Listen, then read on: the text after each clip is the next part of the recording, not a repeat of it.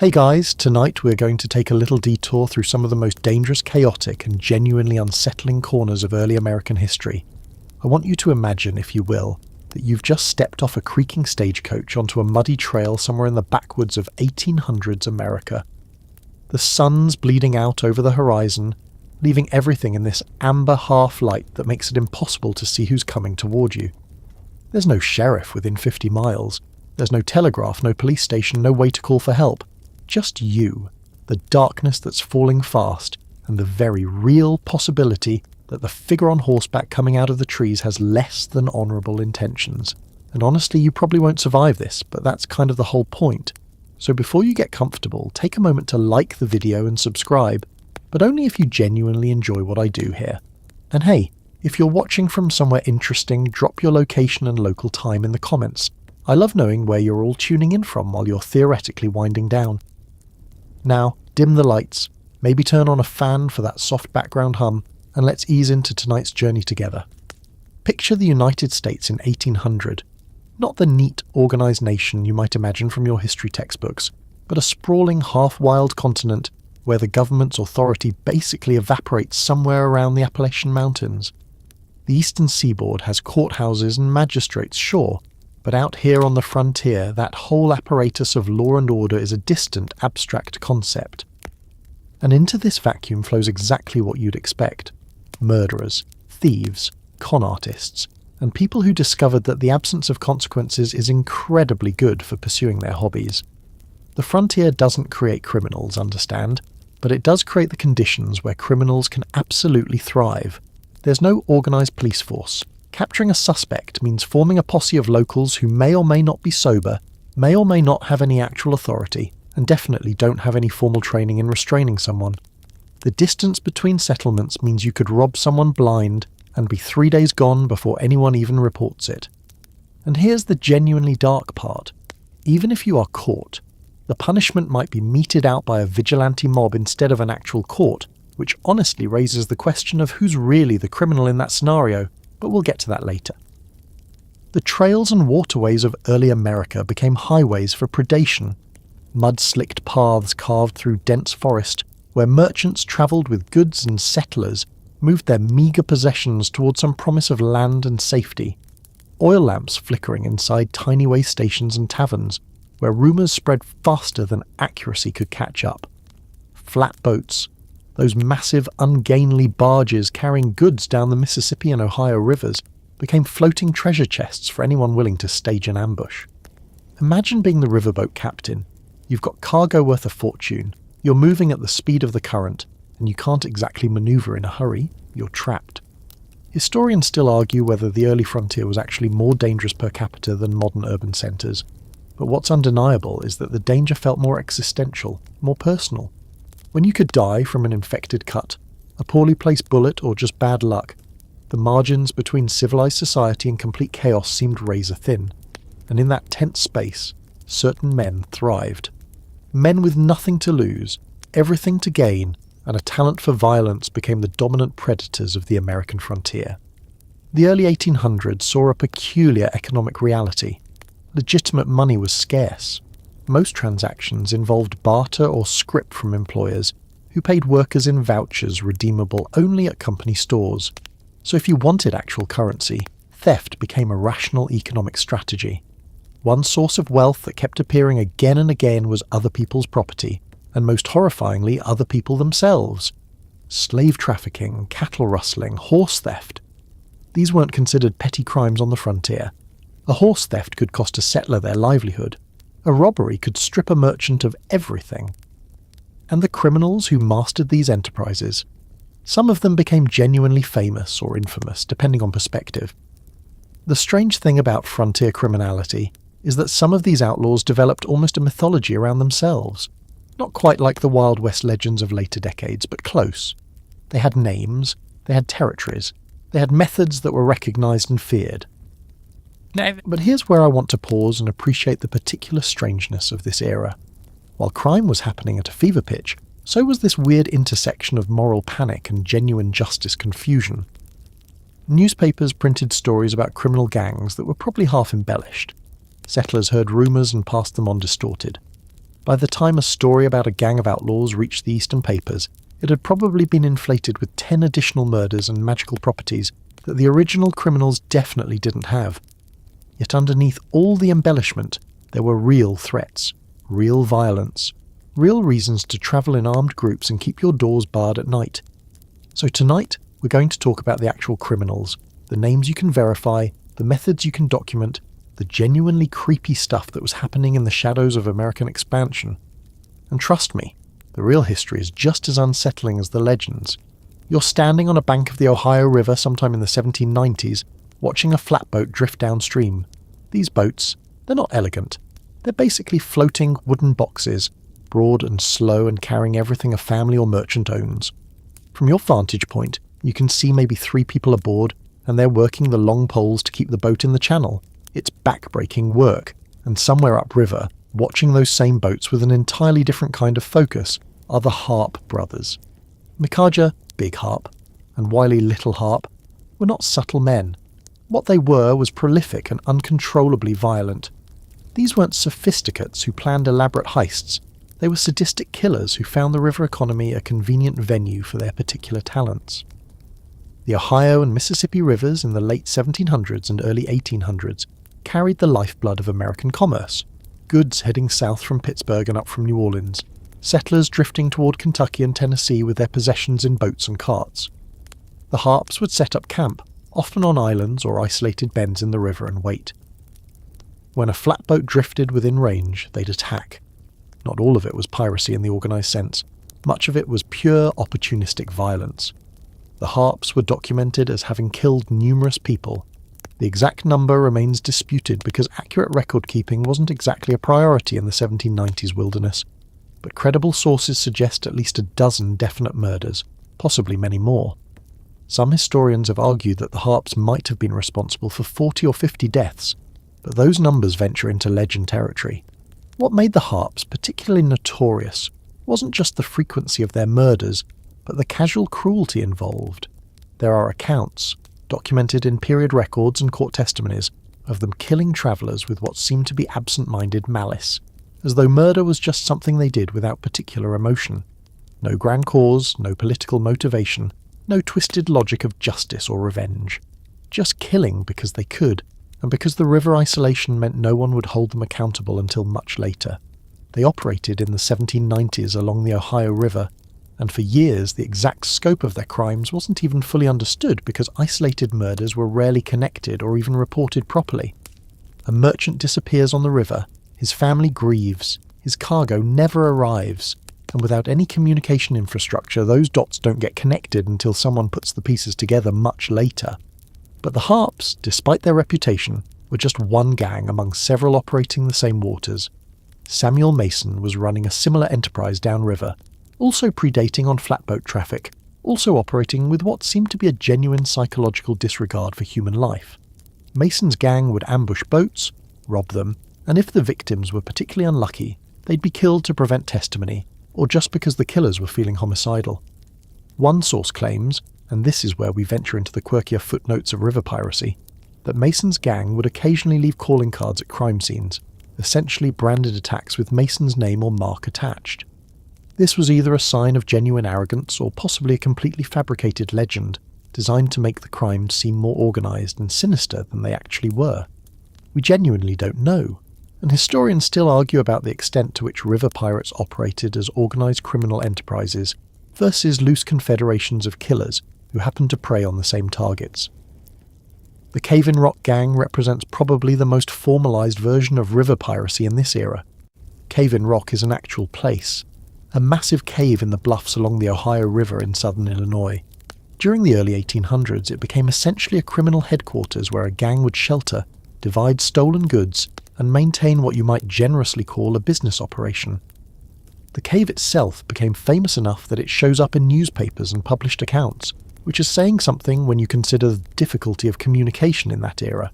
The gang would pose as friendly travellers, welcome boats and flatboats to the shelter of the cave, and once the crews were trapped inside, robbery and murder would follow. It wasn't subtle, and it wasn't sophisticated, but it worked well enough that the cave maintained its reputation for violence for years. The whole river piracy phenomenon hinged on a fundamental economic reality. Flatboats were generally one-way traffic. You loaded goods, pushed off downriver, and once you reached New Orleans, you either sold the boat for scrap or tried to navigate back upstream with enormous effort and expense. Most of the time, you sold the boat and took a stagecoach back upriver or travelled by other means. This meant that captains and crew had an incentive to protect their cargo ferociously because it represented their entire economic stake. But it also meant that once you were on the river, isolated between settlements, your life was entirely at the mercy of whoever you encountered. There was no law enforcement on the water. There were no river patrols. If you met criminals, your only option was to fight or comply, and neither option guaranteed survival. The economy of river piracy was grim but straightforward. Steal cargo worth hundreds or thousands of dollars, distribute the goods through backwards trading networks where stolen merchandise was as good as legitimate goods, and repeat until you were caught or killed. By the 1820s, the river piracy phenomenon was beginning to decline, not because the legal system suddenly became effective, but because more settlements meant more witnesses, more communication between towns, and more organised militia responses. The romanticised image of the river pirate is largely a later invention. By the time Mark Twain wrote about these waters in the 1880s, actual violent river piracy was mostly a memory. But in the lived experience of people travelling the Ohio and Mississippi in the 1790s and early 1800s, it was a genuine terror. Every night you spent anchored meant a possible night where bandits emerged from the darkness. Every flatboat you saw approaching could be trouble. The sheer unpredictability of the danger, the knowledge that a peaceful river journey could turn into a death trap in seconds, created a cultural anxiety that shaped settlement patterns and commercial practices for decades. You're sitting in a tavern in Tennessee, sometime around 1835, and you overhear conversations that make your blood run cold. There's a man named John Murrell, and according to people who claim to know, he's the head of something called the Mystic Clan, a supposedly massive criminal organisation operating across multiple states with a membership in the thousands. The claims are staggering. They're supposedly stealing enslaved people, running them through underground networks and selling them downriver. They're counterfeiting money. They're running confidence schemes on a massive scale. They're operating with secret oaths and hierarchical organisation that rivals anything you'd see in an actual nation-state. And the truly unsettling part, no one can agree on whether the Mystic Clan is a real organisation or an urban legend that got blown completely out of proportion. John Murrell himself is real. That part's documented. He was arrested in 1834 and convicted of slave trafficking, specifically of attempting to help enslaved people escape with the intention of selling them to new owners further south. But the scope of his criminal enterprise, according to contemporary accounts, seems absolutely enormous. Some sources claim thousands of people were involved in his organisation. Some accounts suggest he was operating across Tennessee, Kentucky, Arkansas, Mississippi and other states, with a coordinated criminal network that predated the Civil War by decades. If even half of what was written about Murrell is accurate, he represents one of the earliest examples of organised interstate criminal activity in American history. But here's where the history gets murky. Much of what we know about Murrell's organisation comes from a book published in 1835 titled A History of the Detection, Conviction, Life and Designs of John A. Murrell, which was basically early true crime sensationalism and may have significantly embellished the actual scope of his operations. The historical fact that's completely verifiable is that slave trading, both legitimate in the South and illegal in the North, created an enormous economic incentive structure for criminal networks. Enslaved people were valuable commodities. A human being could be sold down the river, a phrase that originated from exactly this practice, being trafficked from upper South states to the brutal cotton plantations of the Deep South, where life expectancy was shorter and conditions were more horrific. So the conditions existed for organised crime to emerge around this commerce. Whether Murrell actually headed a 1,000-strong organisation, or whether he ran a smaller operation that got massively mythologized is hard to pin down. The most credible accounts suggest he was involved in a slave trafficking network, but probably a smaller operation than contemporary press reports indicated. What's genuinely fascinating and deeply unsettling about the Murrell conspiracy panic is what it reveals about how antebellum society processed criminal threats. The supposed Mystic Clan was allegedly hiding in plain sight, with secret hand signals and coded language that only initiates could understand. Supposedly, any itinerant stranger could be a member. Supposedly, entire communities could be infiltrated without anyone realizing it. This fed directly into the paranoia that was already percolating in the South around the question of slave rebellion. What if enslaved people and white criminals were working together? What if there was a shadowy network bent on destabilizing Southern society? These fears, whether grounded in anything real or largely imagined, shaped actual political and social responses. Militia companies were organized, laws were passed, travellers were viewed with increasing suspicion. Here's a quirky detail that historians often overlook. Part of Murrell's supposedly elaborate scheme involved recruiting members through taverns and frontier gathering spaces by targeting men with existing criminal records or moral questionability. The idea was that he could prey on social outcasts and offer them membership in something that felt organised and purposeful. Whether this was actually his strategy, or whether this is a narrative that got added to the legend, it reveals something important about frontier social anxiety. The people who were afraid of the Murrell conspiracy weren't mainly concerned with urban crime or professional criminal organisations. They were afraid of the organised mobilisation of marginal people, of the bottom rungs of society coordinating with each other. The Murrell conspiracy panic also reveals something about the peculiar moral confusion of antebellum America. Murrell was accused of running a slave-stealing and slave-selling operation, which sounds like it should position him alongside abolitionists. But the opposite was the case. The panic around his activities was intense specifically in the South, where slavery was legal and enshrined in law. So the crime was framed not as kidnapping human beings, but as theft of property and organised criminal activity targeting the South. The fact that the property in question was human didn't register as the central moral issue. Instead, the disruption to Southern economic and social order became the focal point. This kind of moral inversion, where the violence of slavery can be eclipsed by panic about criminal threats to the system itself, is one of the darker features of antebellum American criminality discourse. Historians still argue about whether the Murrell conspiracy was an actual coordinated national criminal organisation, or whether it was something smaller that got massively mythologized through sensational newspaper accounts and the published semi-fictional history of his conviction. The truth probably sits somewhere in the middle. There was probably an organised criminal network involved in slave trafficking and other crimes, but probably not on the massive scale that was claimed. But what's important for understanding 1800s American crime is that whether the Mystic Clan was real or invented, its supposed existence shaped how people understood criminal threats and social order.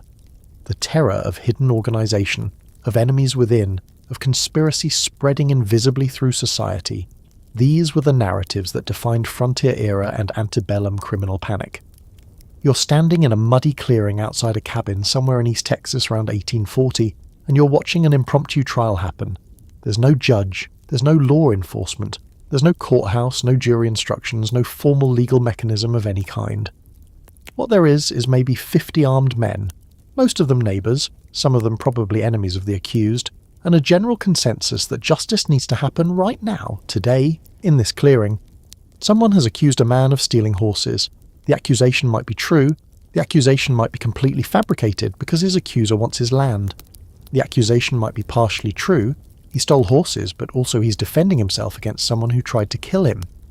None of that much matters in this moment, because the machinery of justice is not precise or carefully calibrated. It's rage with a quorum. This is the context in which frontier justice operated, and it's absolutely crucial to understanding 1800s American crime. The law, such as it existed in frontier regions, was absent or extraordinarily distant. A settler in Texas in 1835 might be hundreds of miles from the nearest functioning court. There was no police force. There was no way to formally press charges, no mechanism for investigation, no institutional apparatus for determining guilt or innocence. What existed was community consensus, armed men, and whatever rough version of justice could be assembled on the spot. And into this vacuum, predictably, rushed vigilantism. The most famous example of frontier justice competition is the regulator-moderator war, which sounds like something you'd see in a low-budget action film, but was actually a genuine armed conflict that took place in East Texas in the 1840s. The regulators started as a kind of vigilante organisation, aimed at addressing what they saw as inadequate law enforcement and rampant criminality in the region. They'd arrest suspects themselves, conduct their own trials, and dispense punishments up to and including execution. But here's where the story takes its genuinely disturbing turn. Competing vigilante factions emerged. The moderators formed essentially as a counter-organisation to the regulators, and soon the region had two heavily armed groups, both claiming to represent justice, both conducting extrajudicial trials and executions, both convinced that the other side was composed of criminals and tyrants. The situation deteriorated until actual pitched battles were fought between organised vigilante groups. Dozens of people died, and nobody was exactly sure anymore who were the criminals and who were the vigilantes supposed to be stopping them. One historical fact that emerges clearly from the regulator-moderator conflict is that frontier vigilantism, even when it started with seemingly legitimate goals, created conditions for absolute tyranny. Once a group of armed men decides it has the authority to arrest, try and execute people without legal oversight, the incentives are terrible. You can target enemies under the guise of justice. You can eliminate rivals by framing them as criminals. You can consolidate power by deciding that anyone who opposes you is guilty of something. The regulators, by most historical accounts, started as a response to genuine lawlessness and genuine criminal activity, but they evolved into an extrajudicial terror organisation. And when the moderators formed to oppose them, the entire region became essentially a war zone where two armed factions fought for control under the pretext of justice. Here's where the historical narrative gets genuinely complicated, though. Without formal law enforcement and courts, the regulators actually did address some real crimes and created some real order. There were criminals operating with near total impunity in East Texas, and they were preying on settlers and merchants. The regulators apprehended suspects, conducted trials of a sort, and did prevent some crimes through sheer force and presence. The logical nightmare of this is that an organisation composed of vigilante killers might be preferable to complete anarchy, but that's a deeply unsettling conclusion to reach. It suggests that frontier society faced a genuine choice between informal justice systems that might be tyrannical but were organised, or complete lawlessness with no remedy at all. Most of the time, communities chose the former, which says something dark about the desperation they felt. A quirky detail that often gets overlooked in accounts of frontier justice is that humour and mockery were actually tools of vigilante justice. Before an execution or severe punishment, the condemned person might be subjected to ritual humiliation, paraded through town, mocked publicly, made a spectacle of. This wasn't just cruelty, though it was certainly that. It was also a form of theatre designed to reinforce community values and validate the righteousness of the vigilantes' actions. Witnesses could spread the story, the condemned person could be made an example of, and the community could collectively affirm that whatever punishment was about to be administered was justified. It's a mechanism of crowd psychology, really. Turn the violence into a performance and the crowd becomes complicit in it. The fundamental tension that never got resolved on the frontier was this. How do you maintain order without courts, sheriffs, and legal institutions? The answer, demonstrated repeatedly across the 1800s American frontier, was poorly and often through worse violence than the crimes being addressed. Historians still argue about whether frontier vigilance committees were net positive or net negative, whether they prevented more crime than they committed, whether they accelerated or retarded the development of formal legal institutions, whether they represent early expressions of democratic self-governance or authoritarian mob rule. Probably the answer is that they were situationally variable. In some places, vigilante organisations transitioned relatively peacefully into formal law enforcement. In other places, like East Texas, they devolved into purely factional conflicts that had nothing to do with actual justice. What's undeniable is that the absence of formal law created conditions where armed men could essentially govern themselves and their communities with minimal accountability, and once that power exists, the people who hold it rarely relinquish it voluntarily. You're in San Francisco in 1849 and the city is exploding. A few years ago, this was a sleepy port town with a population of maybe 500 people. Now, there are 50,000, maybe more. Nobody's really counting because people are arriving daily on ships, overland routes floating down from the mountains on rafts made of whatever materials they could assemble. The streets are mud. Buildings are hastily constructed wooden structures, many of them designed to burn down in spectacular fashion. The noise is overwhelming. Construction, shouting, horses, the constant sound of human chaos. And underneath all that noise is another sound, the sound of money. Gold. Gold in the ground. Gold on people, gold everywhere if you're willing to get dirty, risk your life, and potentially engage in criminal activity to acquire it. The California Gold Rush, which accelerated dramatically after the initial discoveries in 1848, created perhaps the single greatest crime explosion in 19th century American history.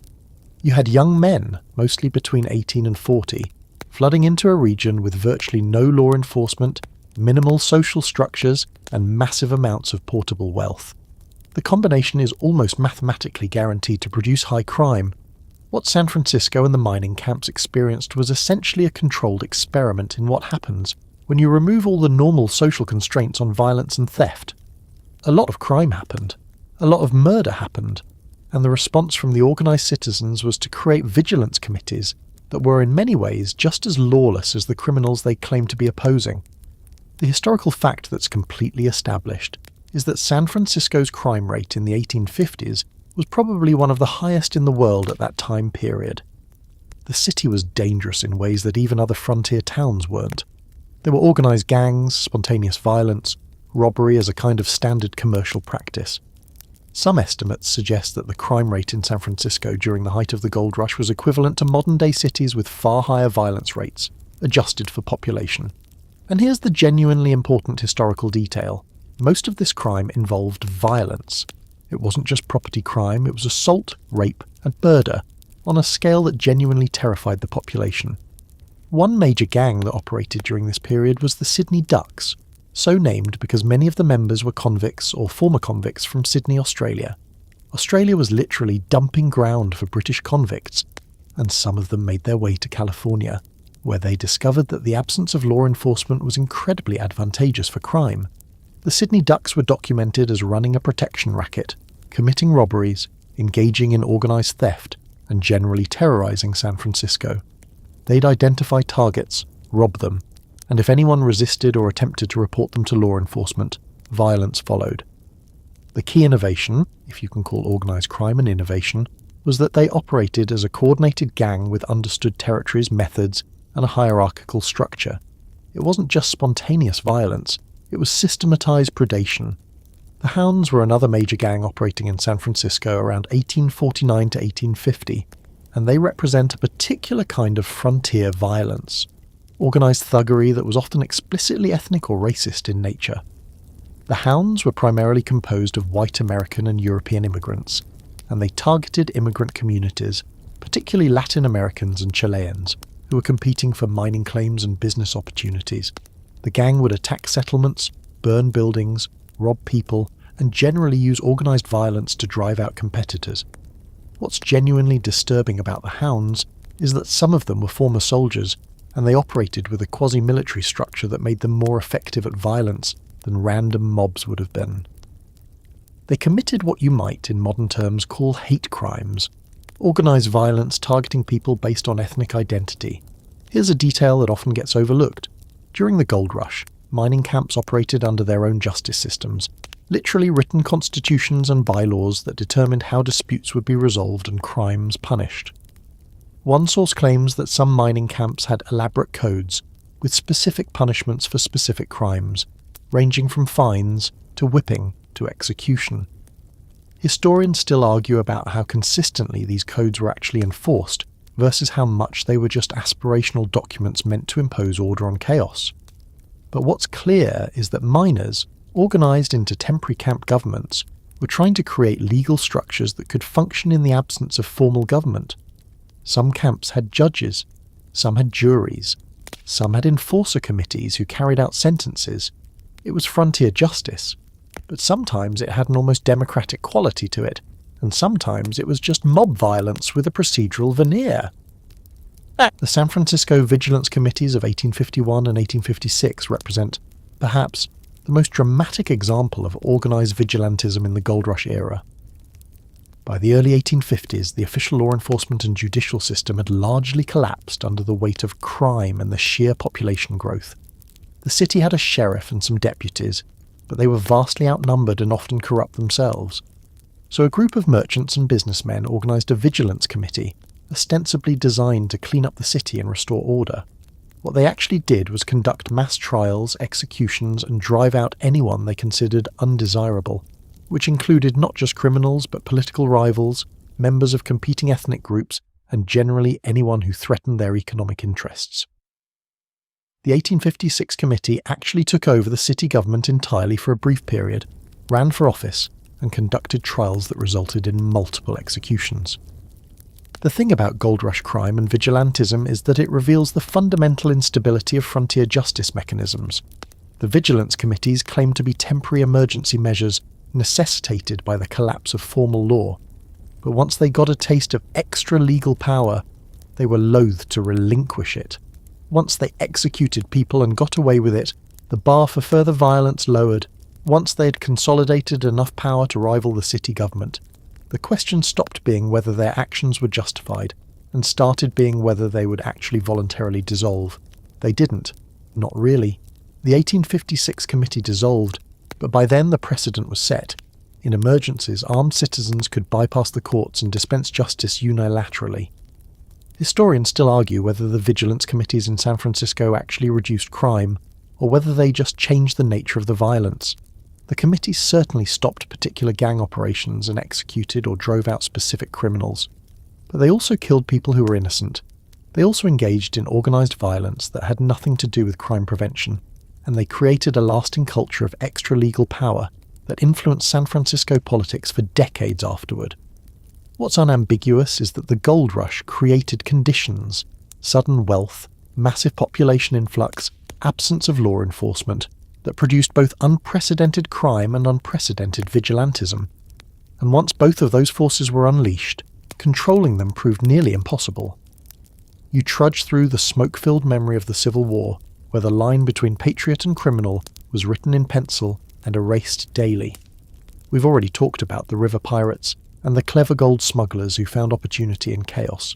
But now we need to talk about a different kind of opportunity, one that didn't involve stealing from boats or mines. It involved killing. You see, the Civil War did something that nothing else in American history had quite managed before. It industrialized violence. It taught ordinary men, young men, boys sometimes, that taking a life wasn't some mystical act requiring moral wrestling. It was just what you did. You pointed, you fired, you moved on. The war created approximately 620,000 casualties between 1861 and 1865, and while most of those soldiers went home and tried to figure out what farming looked like again, a particular breed of fighter decided the violence was the only thing they'd ever been good at. Enter William Quantrill, a name most people have never heard but absolutely should have. Quantrill commanded an irregular unit of Confederate cavalry known as Quantrill's Raiders. Now, technically, they served the Confederate cause in Missouri and Kansas, but served might be too gentle a word. What they actually did was terrorize, raid, steal, and kill civilians and soldiers with an efficiency that horrified both sides of the conflict. The thing about irregular warfare is it has no referees. There are no rules, no Geneva Conventions slowly getting ratified in the future. There's just survival and the fever dream of victory. Quantrill's men were experts at hit-and-run raids. They'd emerge from the bushes, torches in hand, and set fire to homes and businesses. They'd steal horses and supplies, kill anyone who resisted, and vanish into the Missouri wilderness before Union forces could respond.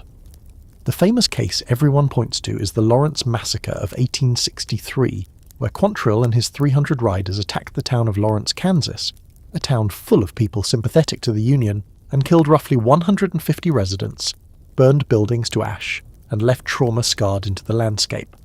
The dark genius of irregular warfare is that it trains men to enjoy that kind of work. You don't experience the impersonal death of a structured battle line, where cannonballs mow down dozens at once. Instead, you see your victim's face. You know what they own. You know their terror. And after a while, once you've done it enough, the moral machinery that prevents most humans from murdering stops grinding. It rusts. It stops. By the time the war ended, men like the ones who rode with Quantrill couldn't simply return to monotonous civilian life. They'd tasted power that came from a gun.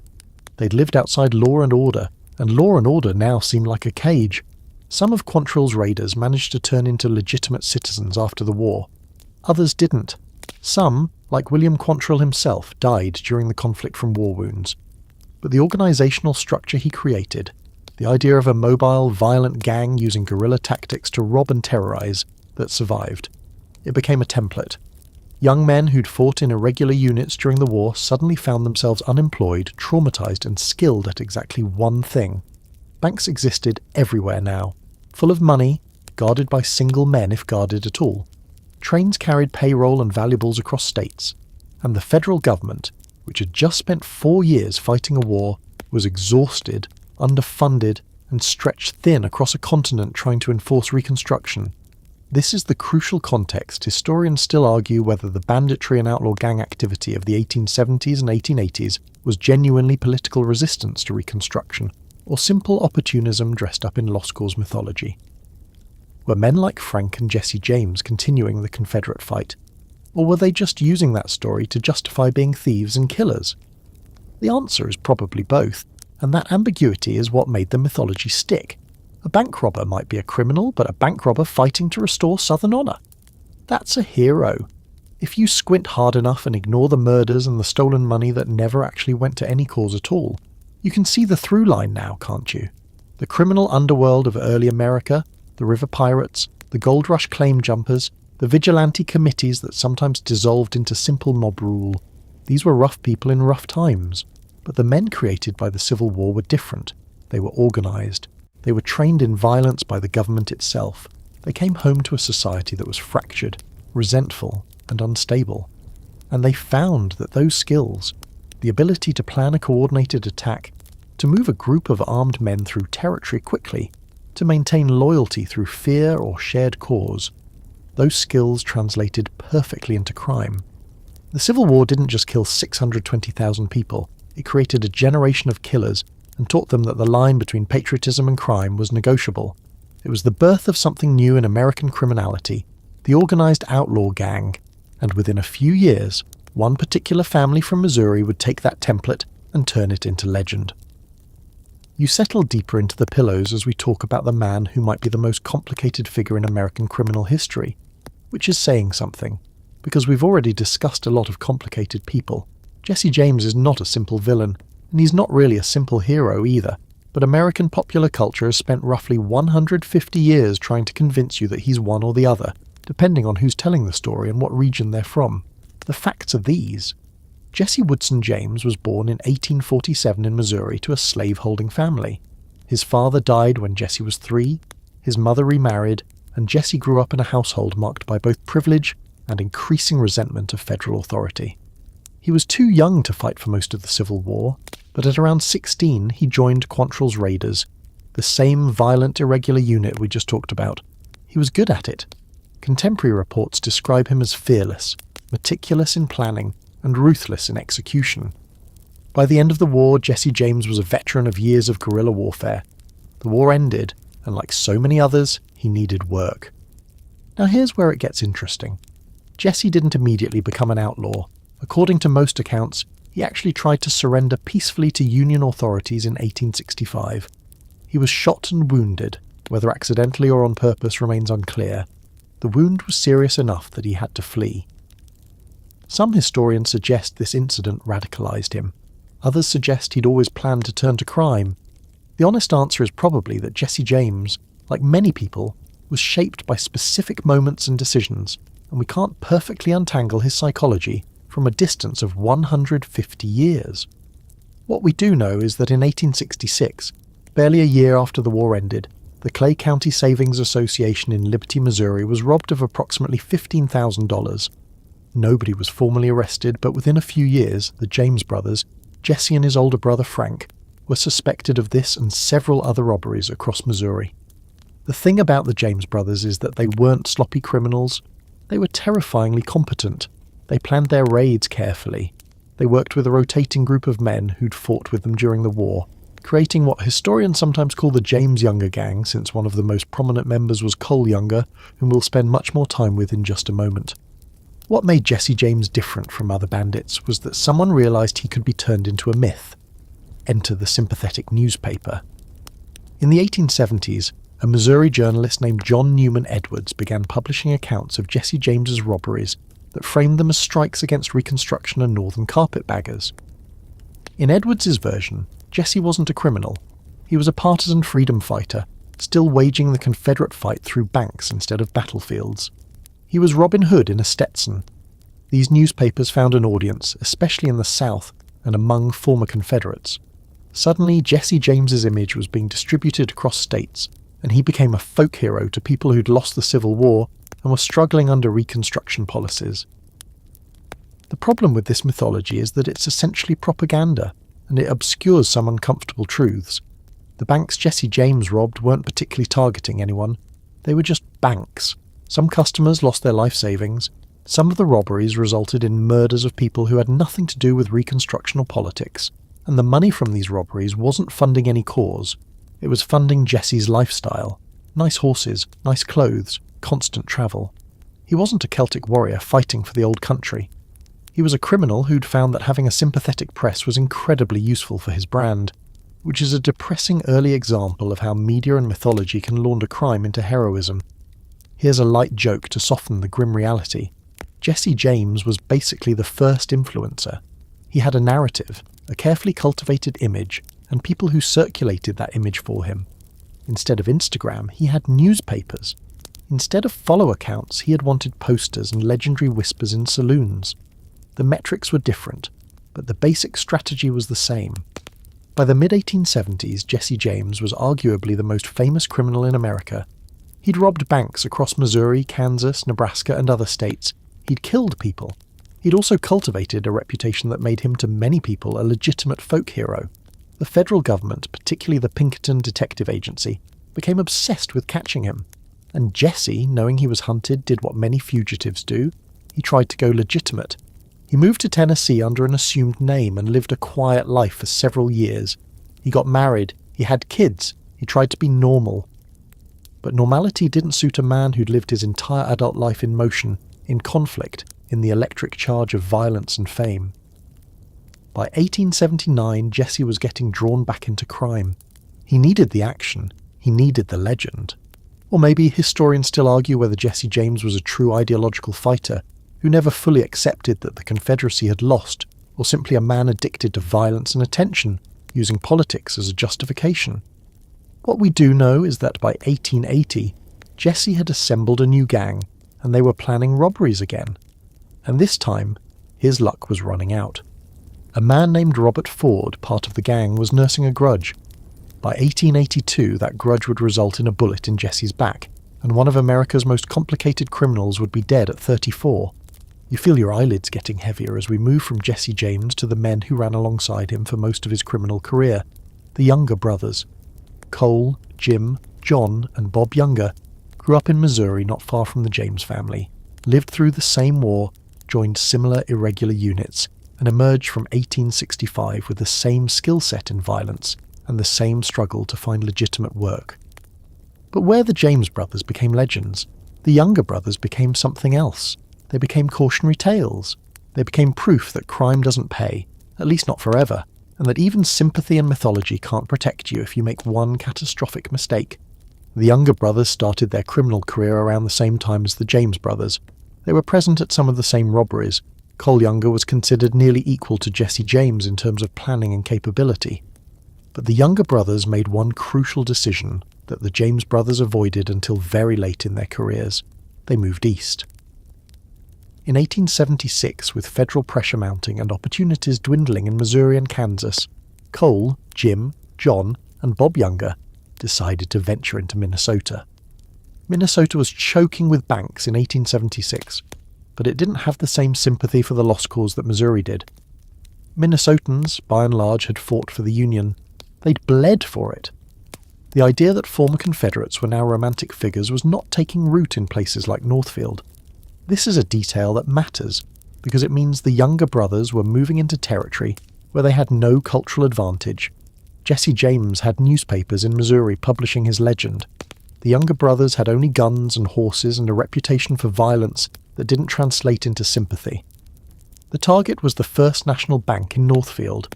The plan was simple, like most successful robberies. Go in fast, take the money, get out. There were 8 men in the gang for this job. The 4 Younger brothers plus 4 other criminals. On September 7th, 1876, they rode into Northfield in broad daylight, split into two groups and attempted their robbery. What happened next reveals something important about the difference between mythology and reality, between legend and lived experience. The citizens of Northfield didn't just roll over, they fought back. A hardware store owner named J.S. Allen was shot and killed, but his death enraged the townspeople rather than terrifying them. People grabbed guns, shopkeepers armed themselves, bank tellers refused to open the vault.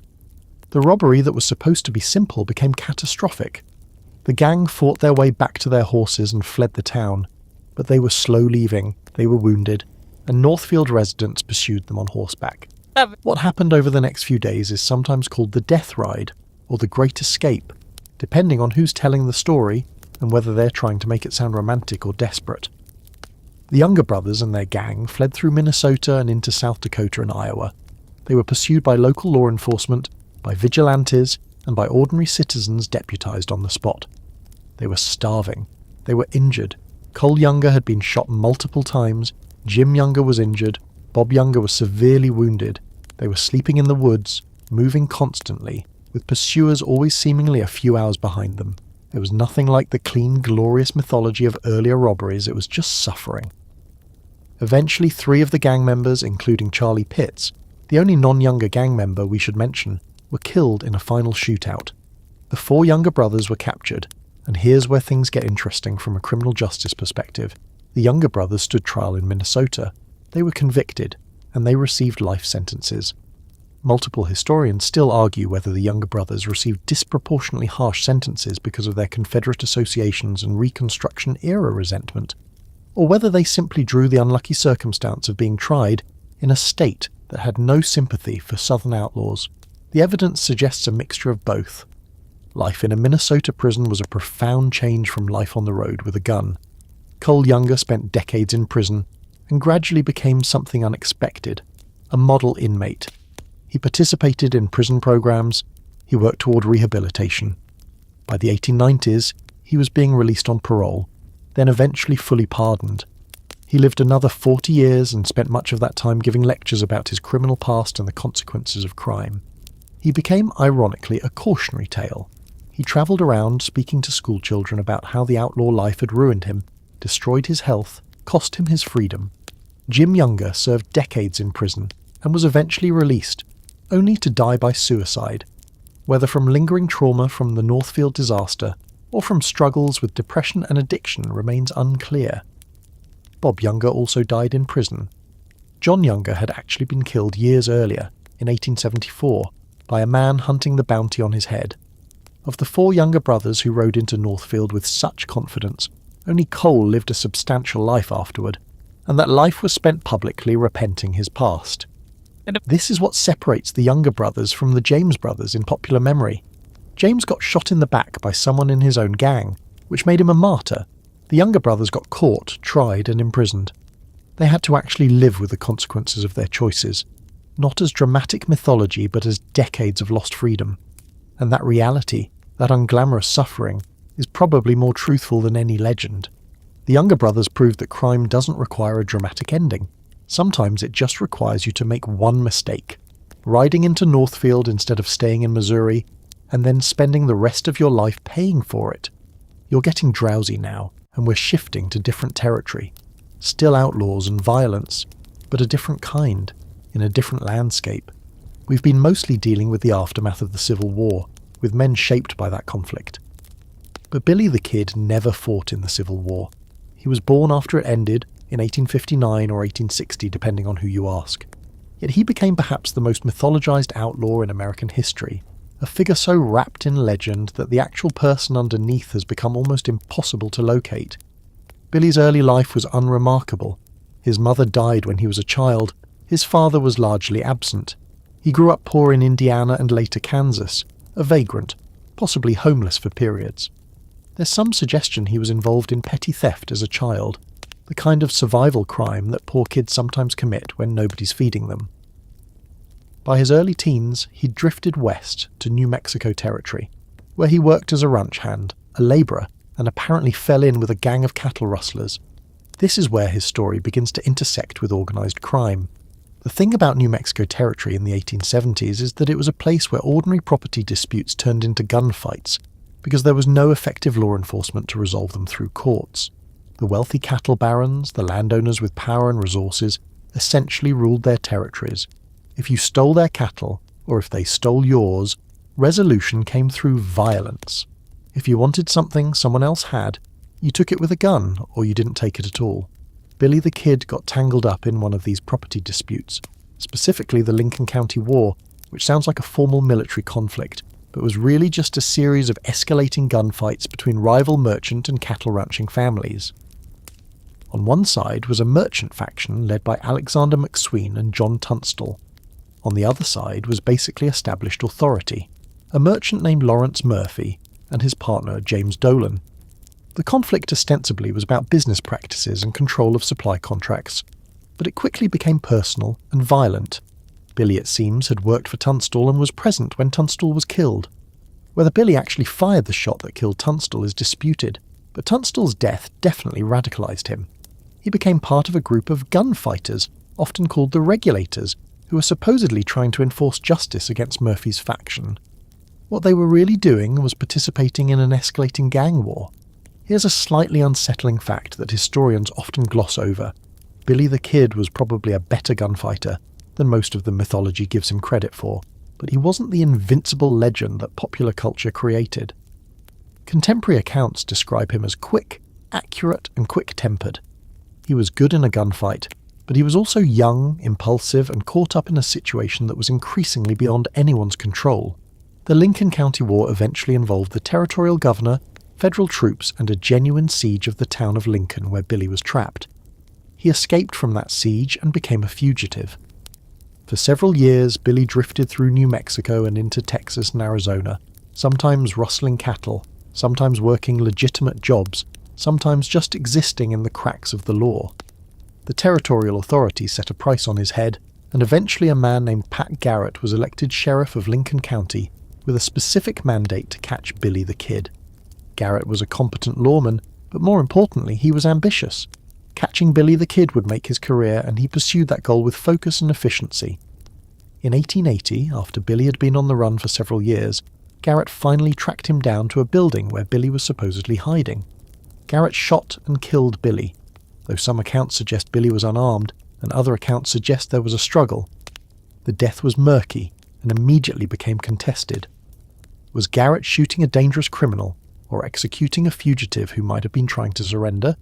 Historians still argue whether Pat Garrett murdered Billy the Kid in cold blood or simply did his job as a lawman, and the debate obscures the most important truth.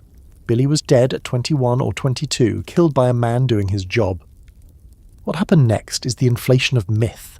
Billy the Kid had already been legend while alive, his exploits exaggerated in newspapers, his gunfights made more dramatic than they were. After his death, particularly in the 20th century, he became a folk hero to rival Jesse James. Books were written about him, movies were made. He became the symbol of the Wild West, the brave outlaw against oppressive authority, the symbol of youth-defying civilization. None of this is accurate. Billy wasn't fighting authority on principle. He was a poor kid caught up in a property dispute between wealthy men who happened to use violence as their primary tool of negotiation. He got good with a gun because he had to. He died because he was a fugitive and the sheriff did his job. The mundane reality of Billy's life is so much less interesting than the myth that Americans collectively decided to ignore the reality. We wanted a Robin Hood figure, so we created one. We wanted a tragic hero defying a corrupt system, so we rewrote the Lincoln County War as that story instead of what it actually was. A series of gunfights between various factions fighting over cattle and contracts.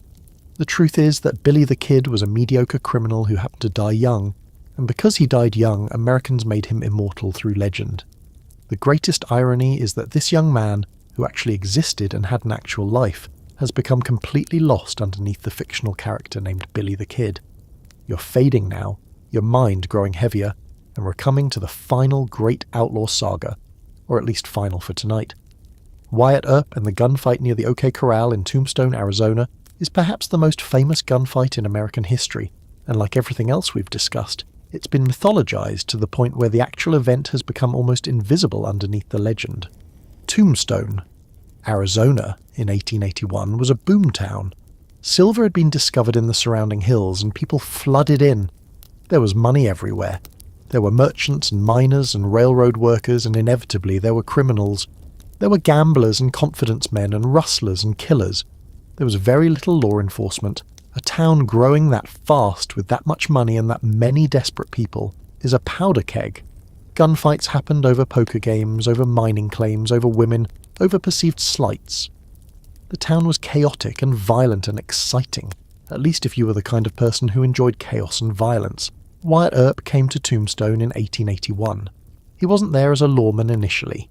He was there because his brother James had invested in silver mining, and Wyatt wanted to try his hand at prospecting and business. Wyatt had some history in law enforcement in other territories. He'd been a deputy in Dodge City, Kansas, and had a reputation as someone who could handle violent situations. But in Tombstone, he was theoretically a civilian. He had his brother Virgil, who was a deputy US Marshal, and his brother Morgan, who eventually also became a lawman. But Wyatt himself wasn't officially employed as law enforcement for most of the period we're discussing. What Wyatt wanted was stability and profit. What Tombstone was offering was chaos. The chaos came in the form of a group of local ranchers and rustlers, known colloquially as the Cowboys. This isn't a name they chose for themselves, it's what locals called them, and it carries a connotation of being uncivilized, lawless. The Cowboys' most prominent members were Curly Bill Clanton, his father Old Man Clanton, and a few other men with overlapping interests in rustling cattle and generally ignoring law enforcement. The Cowboys saw Tombstone as their territory. The Earp brothers, particularly Wyatt, who had capital and ambition, saw Tombstone as a place to make money and build a future. These two visions of Tombstone were fundamentally incompatible. The Cowboys weren't going to respect Wyatt's property or authority, and Wyatt wasn't going to tolerate their lawlessness. There were confrontations, there were killings. A man named Morgan Earp was shot dead through a window while playing pool, murdered, probably by cowboys, definitely by someone. Another man named Fred White, a town marshal, was shot and killed. The violence was escalating, and the cause wasn't actually ideological or political. It was territorial. It was about who got to control Tombstone and its resources. The gunfight that's famous didn't start the conflict, and it didn't end it either. It was a moment, a 30-second explosion of gunfire that happened on October 26, 1881, near or at the OK Corral, depending on the exact accounting of geography. Wyatt, Virgil, Morgan, and a man named Doc Holliday. A gunfighter and possibly a confidence man with tuberculosis, which is a detail that deserves its own sentence because tuberculosis in the Old West is genuinely tragic. Encountered several of the Cowboys. There was a confrontation. Someone drew a gun. Gunfire erupted. When the 30 seconds were over, 3 men were dead. Billy Clanton and 2 other Cowboys. Wyatt was grazed by a bullet. Morgan was grazed. Virgil was shot. Doc Holliday was grazed. It was violent, it was quick, and it was absolutely unglorious from a historical accuracy perspective. But it was famous. Newspapers across the country published accounts of the gunfight. Here's a joke for you. The gunfight near the OK Corral was hyped the exact way modern media hypes celebrity scandals. Suddenly the Earp brothers were nationally known. They were heroes, or they were villains, depending on which newspapers you read. In the East they were brave lawmen restoring order. In the West, particularly in places sympathetic to the Cowboys, they were aggressive outsiders murdering local men. The narrative wasn't actually determined by what happened in those 30 seconds. It was determined by editorial choice. What happened after was actually more violent and more consequential than the famous gunfight. Over the next several years, the Cowboys waged a vendetta ride against the Earp brothers and Doc Holliday. Morgan Earp was murdered, clearly intentional, shot from cover. Virgil Earp was shot and wounded. Wyatt and Doc Holliday responded by pursuing and killing several Cowboys in what became known as the vendetta ride. It was escalating brutal violence, and it didn't have a clean resolution. The Cowboys didn't surrender. The Earp brothers didn't defeat them. Eventually the violence just kind of wound down. People left Tombstone. The moment of fever broke. Historians still argue whether the OK Corral gunfight was a legitimate law enforcement action against rustlers and murderers, or whether it was an aggressive act by outsiders trying to impose their vision of order on a town that had developed its own rough equilibrium. The answer, again, is probably that it was both. The Cowboys were almost certainly rustling cattle, and almost certainly murdered people. The Earp brothers were almost certainly imposing themselves as authority without having been truly elected to do so. Both things were true. Both sides had valid grievances and both sides were willing to kill over them. What's interesting about the Earp brothers, compared to Jesse James or Billy the Kid, is that Wyatt Earp actually survived to old age. He lived until 1929, which means he spent decades after the Tombstone gunfights watching his legend grow and grow. He gave interviews, he participated in early Western films, he watched as people created Wyatt Earp the myth and the actual person, a man who'd been primarily motivated by profit and stability, who'd gotten tangled up in violence mostly because he happened to be where the conflict was, became invisible underneath the hero. By the time Wyatt died, the OK Corral gunfight had been made into legend so thoroughly that hardly anyone remembered the actual circumstances. It was a showdown between heroes and villains. It was civilization versus lawlessness. It was brave lawmen against savage outlaws. None of that is quite true. It was 30 seconds of violence that resulted from months of territorial conflict, and it mattered mostly because people decided it mattered, decided it meant something bigger than it actually did. This is the pattern we've seen throughout. Crime, legend, mythology, and eventually the actual events completely lost underneath the stories we tell about them. And now, as you drift off to sleep, you're carrying with you the stories Americans told themselves about themselves, which were always more interesting than the truth. You're settling deeper into your pillow now, and we're about to meet some of the most romanticized outlaws in American history. Though the real story is way weirder and funnier than the legends suggest. Picture yourself in the 1880s and 1890s, out west, where the railways are crisscrossing the landscape like veins pumping money across the country. This is the world of Butch Cassidy and the Sundance Kid. Two outlaws who are basically the cool kids of crime, the ones who robbed trains and banks with a kind of casual style that got poets writing about them decades later. Here's the thing about Butch Cassidy. His real name was Robert Leroy Parker, and before he became a household name in outlaw circles, he was just another broke rancher's kid who couldn't quite make ends meet. Around 1884, he made the fateful decision to stop playing it straight and started robbing banks instead.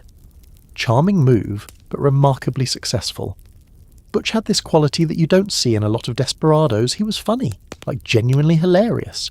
He'd crack jokes while robbing trains, which sounds insane until you realise that humour is actually a pretty solid survival strategy when you're hanging out with a bunch of armed men who could turn on you at any moment. Laughter burns off tension faster than anything else. The Sundance Kid, Harry Longabore to be formal about it, first met Butch in Wyoming, and they became something like best friends, which is touching and deeply strange when you think about the whole armed robbery thing. Together with a loose network of other outlaws, they formed what became known as the Wild Bunch. And here's where it gets genuinely historically interesting. The Wild Bunch wasn't some rigid gang with bylaws and membership cards. It was more like a rotating crew of guys who showed up for jobs and then scattered back to their hideouts. The main hub was a place called Hole in the Wall, a hidden valley in Wyoming nestled between rock walls so narrow that if you didn't know where you were going, you'd miss it entirely. Modern historians still argue whether Hole in the Wall was actually as fortress-like as the legend suggests, or if it was just a moderately inconvenient place to find people. What made Butch and Sundance special, and this is the historical meat here, was their technical innovation. They didn't just rob trains the old-fashioned way, waving guns and shouting. They studied the railroad schedules. They learned which cars carried the most money. They figured out that express cars had safes, and safes could be blown open with dynamite if you timed it right. In 1900, they hit the Overland Flyer and made off with what amounts to maybe $40,000 in modern money. It was surgical. It was almost corporate in its efficiency. You could practically imagine them as railroad executives except for the whole running away to hide in the mountains part. The camaraderie here is what gets lost in most retellings. These weren't angry men driven by rage or revenge. They were competent professionals who enjoyed each other's company. They played cards together at Hole in the Wall. They presumably told stories. One of them, a guy named Harry Tracy, apparently went out one day, shot up a town just for fun, came back, and told everyone about it like he'd been fishing. They laughed. That's either the saddest or funniest thing you'll ever hear about 1890s frontier life, and historians can't decide which. The chase eventually became unbearable. Railroad detective agencies got better. The Pinkertons, who you remember from earlier, the ones who were probably watching Jesse James, got very invested in catching Butch. So in 1901, with the frontier closing up and nowhere left to run, Butch made a stunning decision. He and Sundance's girlfriend Etta Place sailed to South America. Argentina, specifically. Bolivia after that. They tried running cattle. They tried mining. They even opened a ranch and, for a few years, actually lived quietly without robbing anything, which seems like a plot twist that nobody expected from the Wild Bunch brand. Then the chase started again. And here's where the story gets delightfully murky. In 1908, in a small Bolivian town called San Vicente, Butch and Sundance found themselves cornered by local soldiers. What happened next is the subject of endless debate. The official story is that they died in a shootout. Some people say Butch escaped and lived a quiet life under an assumed name. Some people say he came back to the United States and nobody ever knew. Historians still argue whether the men who died in San Vicente were actually Cassidy and Sundance, or just two random outlaws. What we know for sure is that they stopped robbing trains, stopped sending letters, and vanished into either legend or death, which, given their lives, is probably the most fitting ending possible. You can almost see it.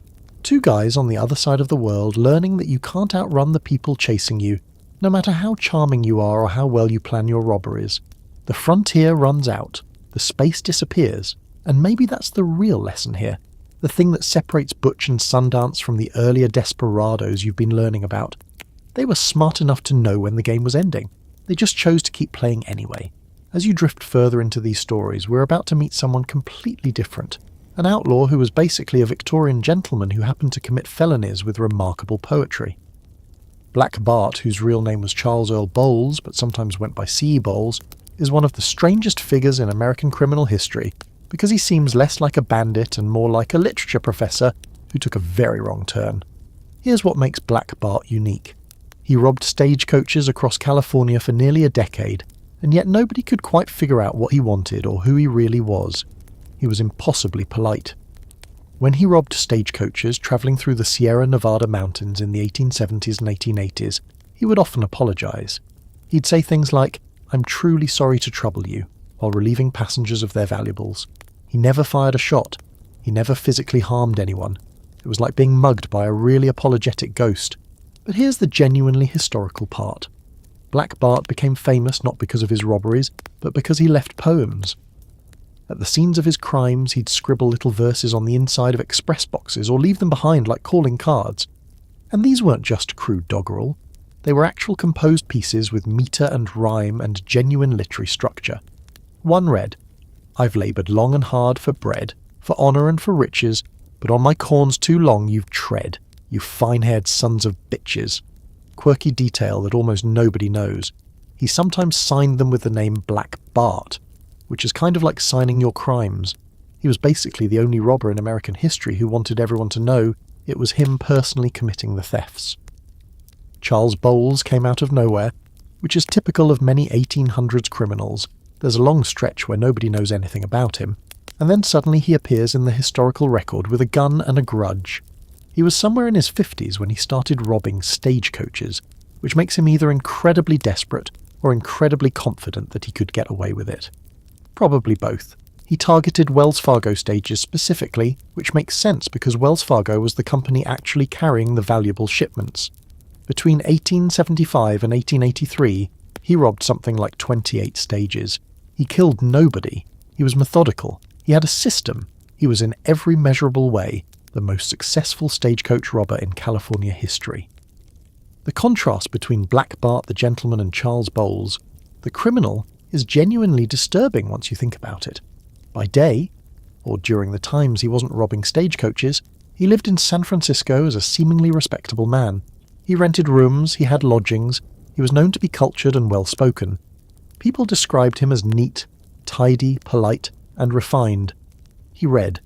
He probably composed his poetry while sitting at a desk in some small room, crafting verse about his victims while planning his next robbery. It's like he had two completely separate personalities that never met, which is absolutely not how human psychology works, but somehow seemed to work for him. The California authorities were baffled. They knew someone was robbing these stages, and they knew whoever it was had genuine talent for the work. Planning routes, timing schedules, knowing exactly where guards would be stationed. But they couldn't catch him. and the poetry made it worse because now they had a celebrity criminal, someone people were rooting for in a weird way. He became the protagonist of a story he was writing himself, which is either the smartest or dumbest thing an outlaw can do. His downfall came through DNA before DNA existed. After one robbery in 1883, authorities found a handkerchief at the scene. Bowles had left behind laundry marks. Laundry marks. The universe's way of reminding us that you can be a literary genius and still make incredibly stupid mistakes. The marks led them to a laundry in San Francisco, which led them to Charles Bowles, which led to his arrest and conviction. He served time in San Quentin. When he got out, he essentially vanished. Nobody knows exactly what happened to him after his release, though some sources suggest he went to Baja California and died there. What's historically fascinating about Black Bart, and this is the historians still argue whether section, is that historians still argue whether he was actually mentally ill or just operating on some kind of code that made sense only to him. Was he a gentleman forced into crime? Was he a criminal with a guilty conscience? Was he performing poetry robbery as some kind of artistic statement about capitalist commerce? The truth is probably that he was just a complex human being who had apparently decided that committing felonies, while leaving behind carefully crafted verse, was a reasonable way to spend his 50s and early 60s, which is arguably the weirdest life choice in this entire story. You lie here, almost asleep, thinking about a man writing poetry in a San Francisco room, knowing that tomorrow or next week he'll walk into the mountains and politely relieve Wells Fargo of its money, and that his laundry marks will eventually betray him. There's something almost tragically romantic about it if you ignore the whole "he was literally committing armed robbery" part. Keep your eyes closed as we move deeper into the criminal evolution of America, because now we're talking about a crime that didn't really exist until it was invented: the train robbery. And the people who invented it, ironically, did so in your home state. Well, probably. The Reno brothers, out of Indiana, were the first people in American history to rob a moving train, which is such a specific achievement that you have to respect it in a weird way. They basically invented a crime category. The year was 1866, just a year after the Civil War ended, which is worth noting because train robbery became more common as soon as former soldiers realised that trains carried massive amounts of money and were, compared to most security situations, surprisingly vulnerable. The Reno brothers, John, Simeon, Frank and William, got on a train heading west, walked through the cars with guns and walked off with a bunch of cash. It sounds absurdly simple because it was. Almost everything about human criminality is absurdly simple until someone invents a better defence against it. What made train robbery different from stagecoach robbery or bank robbery was the mathematical problem of escape. You had to get on a moving vehicle, commit your crime, and get off a moving vehicle, all while the vehicle was going fast enough that jumping off could kill you. The Reno brothers solved this by stopping the train first. They'd arrange for an accomplice to pull the emergency brake or by just threatening the engineer until he stopped the train. Suddenly the equation changed. You had a giant vehicle full of money that wasn't moving anymore, guards who were probably confused, and a relatively straightforward robbery situation. The innovation was brilliant and, as you've probably guessed, absolutely catastrophic for train safety. Once the Reno brothers proved that train robbery was possible, every criminal with vaguely competent planning skills decided to give it a shot. Train robbery became so common by the 1880s that railroads had to completely restructure their security. The express cars, the specialised cars carrying high-value goods and money, got better safes, better guards, and eventually guns. The arms race between robbers and railroads was like watching two sides of an engineering competition where the stakes were incredibly high and the cost of losing meant either prison or death. Here's the historically important part. Railroad companies didn't call the police for train robberies, they hired their own detectives. The most famous was Alan Pinkerton and his detective agency, which you remember from the Jesse James era. The Pinkertons operated like a private army. They had authority that regular lawmen didn't have. They could track suspects across state lines. They could set up sting operations. They could, and this is where it got dark, conduct counterintelligence operations against the outlaws. When the Reno brothers got too comfortable with their success, the Pinkertons caught them, and they hanged, though the official story says it was a mob lynching because Indiana had a strange relationship with the law back then. Historians still argue whether the Pinkertons actually orchestrated the lynching, or just looked the other way. which is the kind of moral ambiguity that makes 1860s railroad justice absolutely unpleasant to think about. The train robbery game evolved fast because it had to. Express car safes got heavier, robbers got more dynamite, guards got better training, trains started carrying decoy shipments to confuse robbers. Robbers started getting intelligence from inside men working for the railroads. It was a genuine technological and tactical arms race, and you can almost imagine it like a chess match, where both sides kept adding more powerful pieces to the board until the game became unrecognisable. By the 1880s and 1890s, train robbery had become professionalised in a way that earlier crimes had never been. You had specialists. You had guys who were good at explosives, guys who were good at horsemanship, guys who were good at planning routes.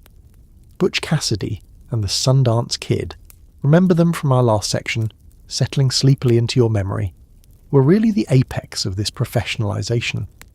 They approached train robbery like a technical problem to be solved, and they solved it better than anyone else because they actually studied the trains. One genuinely quirky detail that almost nobody mentions: some robbers were so successful at understanding train schedules that they could predict, almost to the minute, exactly when the guards would change shifts and where the train would be most vulnerable. It was applied mathematics. It was logistics planning. It was crime as engineering. The railroad companies eventually realized they couldn't win through innovation alone. They needed legislation.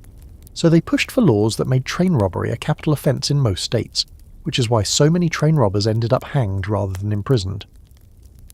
The punishment escalation made the crime less common not because people got better at preventing it, but because dying became more statistically likely.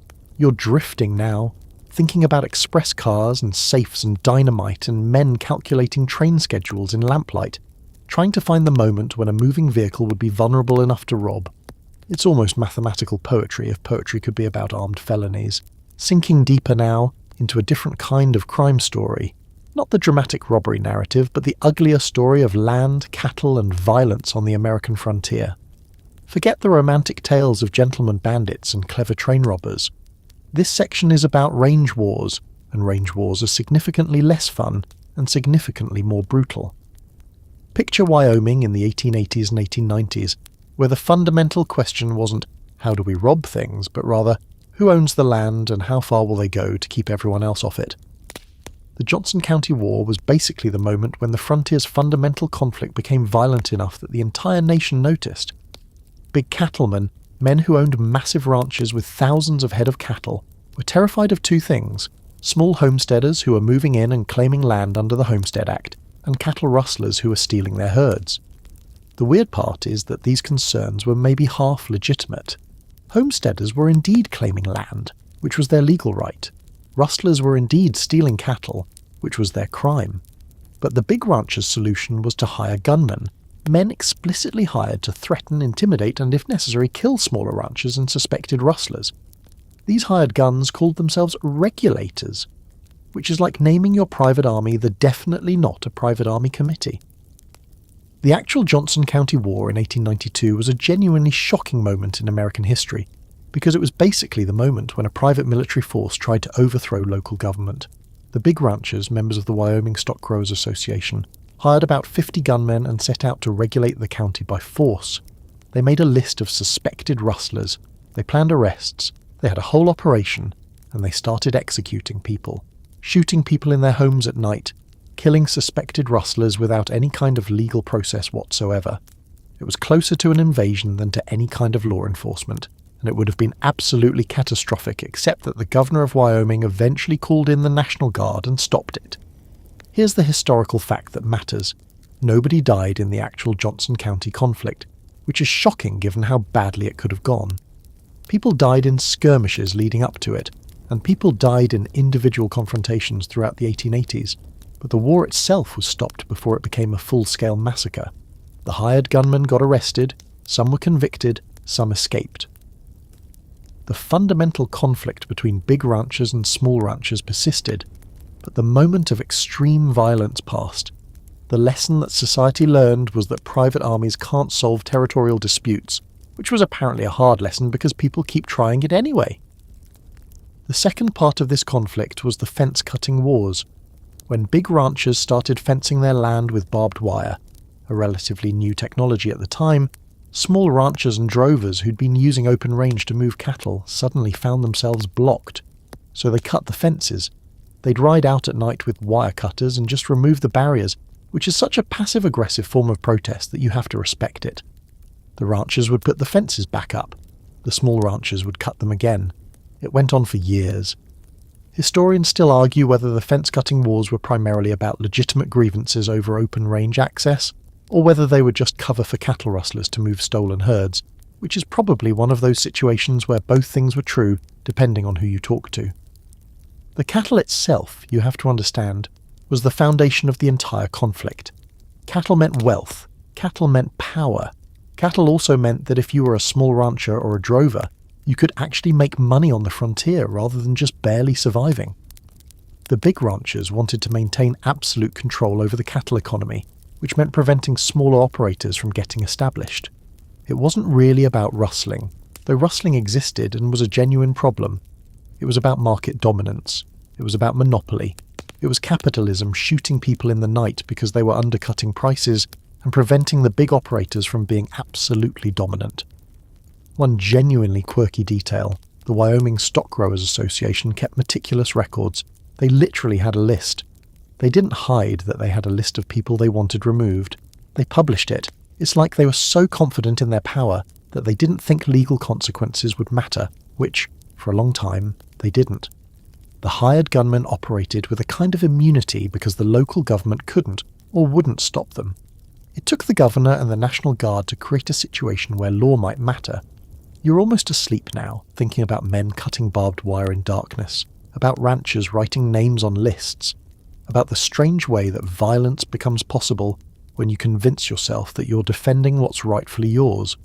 The frontier's closing and people are fighting over the scraps, and some of those fights involve guns and hired assassins and governors and National Guards. It's the moment when the myth of the wild frontier collides with the reality of industrial capitalism and organised violence. You're nearly gone now, drowsy and drifting as we approach the final piece of the 1800s criminal puzzle, the gunfighter mythology, and how it compares to the actual history of frontier violence. This is the tricky part because the real story involves shattering some truly beautiful lies that you've probably believed your entire life. Here's the fundamental historical fact. The quick-draw duel, two gunfighters facing off in the middle of the street, waiting for someone to blink first, then drawing and firing in one fluid motion, is almost entirely mythological. It almost never happened. The legendary gunfights that define the Wild West in popular imagination were either exaggerated, happened differently than described, or were straight up invented by dime novel writers and later film producers. This is genuinely disappointing if you are hoping for frontier romance, but it's also kind of interesting once you start thinking about why people invented this mythology. The actual gunfights that did happen were typically messy, stupid, and anticlimactic. In most cases, people shot each other from relatively close range in saloons or on streets, while other people were screaming. There weren't dramatic pauses. There wasn't noble acknowledgement of a worthy opponent. There was usually alcohol, confusion, and people trying to shoot before they got shot. Wild Bill Hickok, and you've probably heard of him, did engage in several gunfights, and from what we can reconstruct, they were nothing like the duels described in later accounts. One supposedly legendary gunfight between Hickok and Davis Tutt happened in Springfield, Missouri in 1865, and yes, they did face off, and yes, one of them shot the other. Hickok won. It lasted maybe a minute. That's it. No mystical standoff, no heroic moment. 1 minute of frontier chaos that got mythologized into an eternal legend. John Wesley Hardin was apparently an actual gunfighter who actually killed a lot of people. Accounts range from about 20 to 40 murders depending on who you ask. But his life story is so unreliable that historians still argue whether he was actually a gunslinger or a murderer who killed people in ambushes and back alleys and then got mistaken for a duelist. Hardin himself claimed dozens of kills. Historical records suggest something significantly less impressive but still terrifying. What we do know is that he eventually got convicted of murder, served prison time, and then got shot and killed by a man who basically ambushed him in El Paso. So his legend involves a lot of shooting, but the actual documented history suggests he was more of a serial killer than a noble gunslinger. Clay Allison was another figure that got mythologized heavily. He claimed to have killed men. Some accounts suggest he did. Some accounts suggest most of his reputation came from bar fights and brawling rather than actual gunplay. The problem with 1800s frontier history is that we often don't have reliable documentation. We have newspaper accounts written by people with agendas. We have memoirs written decades later by people with failing memories. We have legends that got repeated so often they became historical facts. Historians still argue whether Clay Allison was actually a gunfighter, or just a very violent drunk who got into a lot of fights and happened to live long enough to build a reputation. Here's the genuinely historical fact. Cowtowns, Dodge City, Tombstone, Abilene, and a few others, actually experienced very little gun violence compared to their reputation. They were rowdy, sure, cowboys got drunk, saloon fights happened, but actual gunfights were rare. So rare that newspapers would cover them extensively because they were newsworthy. And once newspapers covered them extensively, dime novelists would embellish them, and suddenly a minor shooting became a legendary duel. The feedback loop created a mythology that had almost no connection to what actually happened. One genuinely quirky detail: several cowtowns passed ordinances banning the carrying of firearms. Dodge City, for instance, had laws requiring people to check their guns at the sheriff's office or the livery. Tombstone had similar rules. These laws were remarkably effective at reducing violence. The irony is that the towns that are most famous for wild gunslinging violence actually had pretty strict gun control. The mythology involves lawlessness and freedom, but the reality involves municipal ordinances and law enforcement taking reasonable precautions against violence. Which honestly is way less exciting, but way more sensible. You're almost asleep now, thinking about how we've convinced ourselves that the frontier was defined by dramatic one-on-one duels, when the actual history is way weirder. It's about ambushes and bar fights and misrepresented newspapers and dime novels. It's about the strange machinery of creating legend from reality, of taking somebody who was maybe just a violent drunk and turning him into a mythical gunslinger. It's about how much more appealing the lie is than the truth, and how the lie becomes so powerful that it drowns out the actual history. The frontier wasn't ending with dramatic duels and noble violence. It was ending with sheriffs enforcing no-guns ordinances and judges handling trial cases and railroad detectives catching train robbers, and big ranchers hiring assassins, and the whole wild thing just slowly becoming domesticated by law and regulation and administrative procedure. Not as exciting as the mythology, but genuinely more interesting if you think about it carefully. You're lying in bed now, your eyelids already feeling a bit heavy, and we're about to talk about a family who made what might be the worst business decision in American criminal history. The Dalton Gang. Yes, that's right. Another family of outlaws, because apparently in the 1800s, crime really was a family affair. You're getting tired just thinking about how much effort that would require, and honestly, that's the healthy response. Frank and Grat Dalton were the main architects of this particular disaster, though they had their brothers Bob and Emmett riding alongside them. These guys started out as lawmen, if you can believe it. Frank and Grat actually worked as deputy marshals for Judge Isaac Parker in Indian Territory, which means they had badges, regular paychecks, and the respect of the law. But somewhere along the way, they figured that robbing people seemed more lucrative than protecting them. The irony probably kept them awake at night. Or maybe they just had the same difficulty with regular employment that a lot of people do, except they handled it by becoming train robbers. It's not a recommended career pivot, but it happened. The gang started hitting trains in 1891, and for a while, they were actually pretty successful. They operated in California, and the frontier press ate it up, covering their exploits with the kind of breathless enthusiasm that made them folk heroes to some people. You know how it is. There's always something glamorous about the outlaw life when you're reading about it from a safe distance, preferably from your own bed with no criminal intentions whatsoever. But here's where it gets interesting. By 1892, the Daltons decided they were going to pull off something bold, something legendary, something that would cement their place in history. They were going to rob not one bank, but two banks at the same time, in the same town, Coffeyville, Kansas. Yes, that's right. While other criminals were learning the value of operating discreetly, the Daltons decided to test Newton's laws of motion and common sense in one spectacular afternoon. October 5th, 1892. You're trying to imagine this scenario. The town isn't huge, maybe a couple thousand people, and there are these outlaws just riding in, splitting up into groups and calmly walking into the First National Bank and the CM Condon Bank. They figure they'll just grab the cash, ride back out, and nobody will be able to stop them. Except for one minor problem. Several citizens of Coffeyville recognized them. Just like that, the secret was out.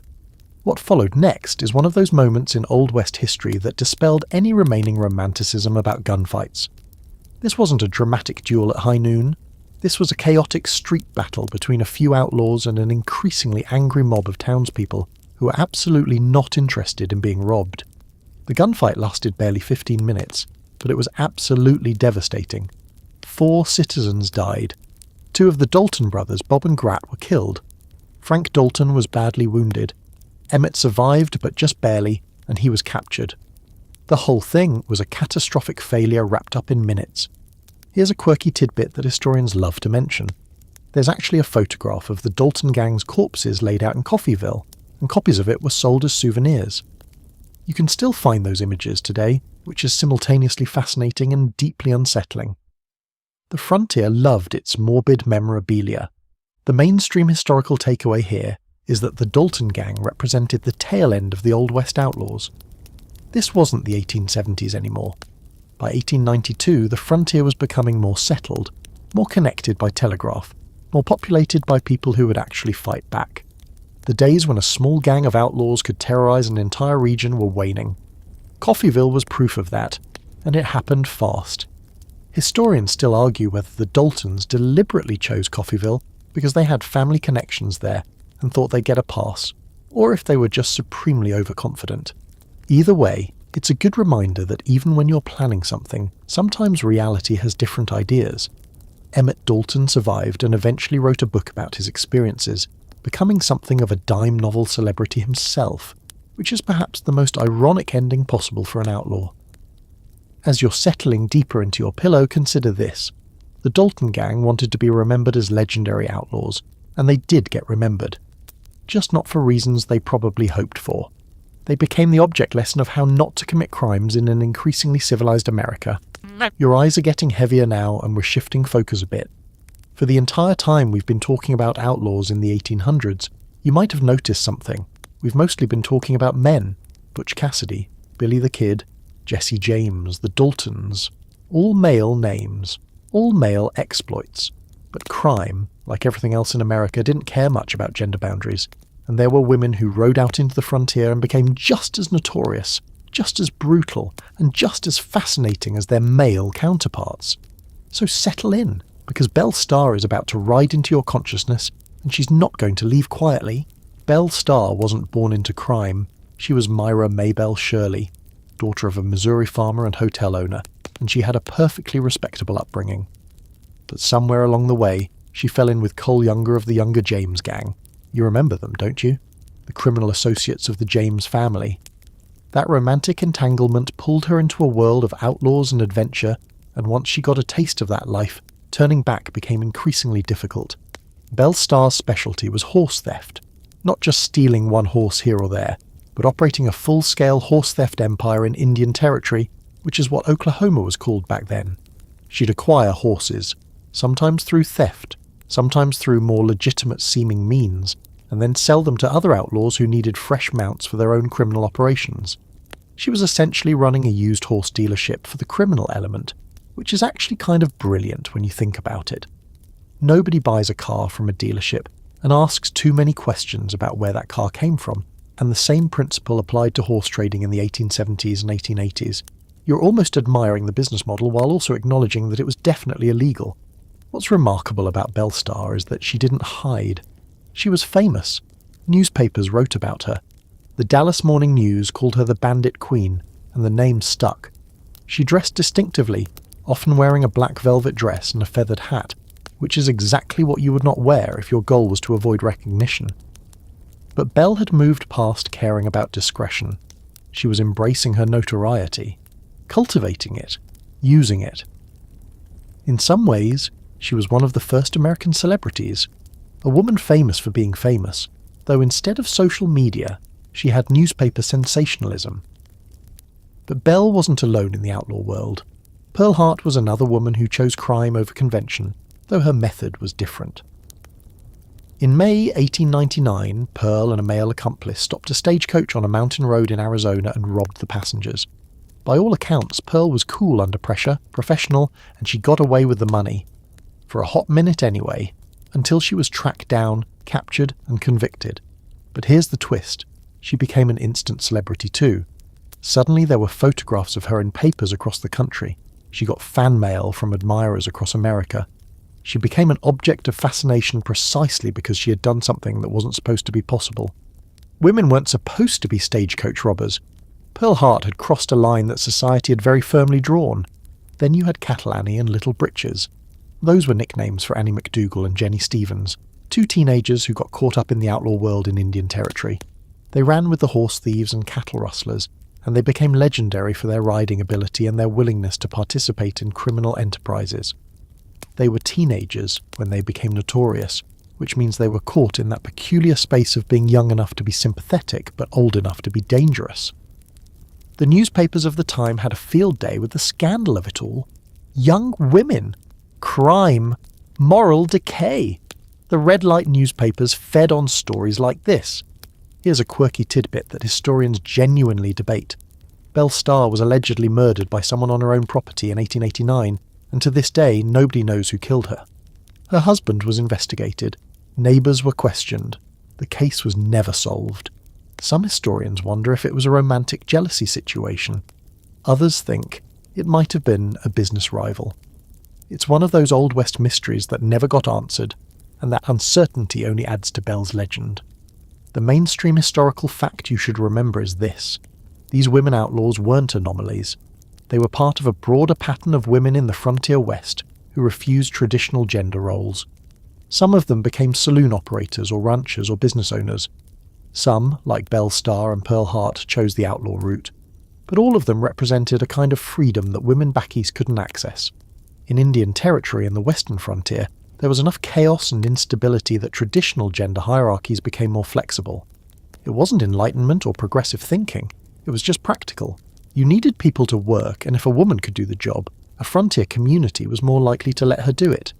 Historians still argue whether Belle Starr was a genuine criminal mastermind, or if the newspapers sensationalized her exploits to create a more interesting story than the reality. The truth, as always, is probably somewhere in between. She did engage in crime, she did run a horse theft operation. But she was also a woman whose legend was deliberately amplified by the press for maximum dramatic effect.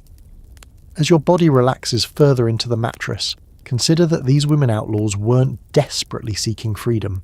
Some of them were, but many of them just ended up in criminal situations because they loved adventure, or because they fell in with the wrong people, or because the frontier economy offered few legitimate opportunities for women. They were products of their time, making choices that made sense in their context, even if those choices led to notoriety and in many cases imprisonment or death. You're deeper into sleep now, your breathing slowing, and we're about to talk about something that made the frontier towns actually run. Not law and order, not agriculture or industry, vice, gambling, drinking, prostitution, drug use, opium dens, saloons, brothels, all the things that respectable Victorian society was supposed to abhor, but that every frontier town seemed to depend on for economic survival. It's an uncomfortable contradiction that historians sometimes gloss over, but the reality is this. The vice economies of the frontier West were what actually funded civic development. Let's start with Dodge City, Kansas, because Dodge City understood something fundamental about making money. Yes, it was a cattle town. Yes, it was famous for gunfights and frontier law enforcement. But what really made Dodge City wealthy was the Long Branch Saloon and everything it represented. When the cattle drives came through, they brought cowboys who were young, male, far from home, and loaded with money they'd just earned on the trail. Those cowboys wanted food, alcohol, and companionship. Dodge City said, "We can provide all of that," and it did so with gusto. The Long Branch wasn't just a saloon. It was a multi-purpose establishment. You could drink whiskey there. You could gamble. There were rooms upstairs where you could spend time with women. There were poker games that sometimes involved substantial sums of money. The saloon was a one-stop shop for every vice a frontier traveller could want. The profits were astronomical. A single cattle drive could bring thousands of cowboys through town, and many of them would spend months' worth of wages in a single evening. For the owners and the city itself, this was incredibly lucrative. But here's what made it truly interesting. The city leadership in Dodge City understood that they needed to manage the vice economy, not eliminate it. They couldn't prevent gambling and prostitution, So instead, they taxed it, regulated it, and turned it into a municipal revenue stream. Prostitutes had to pay licenses. Gambling houses had to operate within certain boundaries. The city hired lawmen to make sure the vice stayed relatively organised and didn't spill over into complete chaos. It was a pragmatic approach to an impossible situation, and it worked. Deadwood, South Dakota, had a similar economy. It boomed during the gold rush, and much of that boom was fueled by brothels. Deadwood became famous for its red light district, and that district became famous for the quality of accommodations and the discretion of the operations. The brothels of Deadwood were legendary, and they were also relatively well organised. The city government turned a blind eye to them, officially. Unofficially, they were taxed and regulated just like any other business. The prostitution industry gave Deadwood stability and revenue that allowed it to develop actual infrastructure. You had schools, churches, and civic institutions all funded in part by money that had come through the vice economy. Then you had opium dens, which were particularly associated with Chinese immigrant communities. San Francisco had a famous network of opium dens in its Chinese Quarter, and many other western cities had them too. Opium use was not illegal in America until 1906, so these establishments operated openly. They were social spaces. They were businesses. They were also deeply tied to the exploitation of Chinese immigrant labour and the development of organised crime networks that would eventually become the Tongs. But during the 1800s, opium dens were just another part of the vice economy that kept frontier cities running. Here's a quirky historical fact that doesn't get discussed enough. In many frontier towns, the prostitution industry was actually one of the most reliable sources of tax revenue. Some towns had official red light districts where brothels were concentrated, taxed and regulated. The proprietresses, and many brothels were run by women, paid fees to the city. The workers paid fees or had portions of their earnings taken as taxes.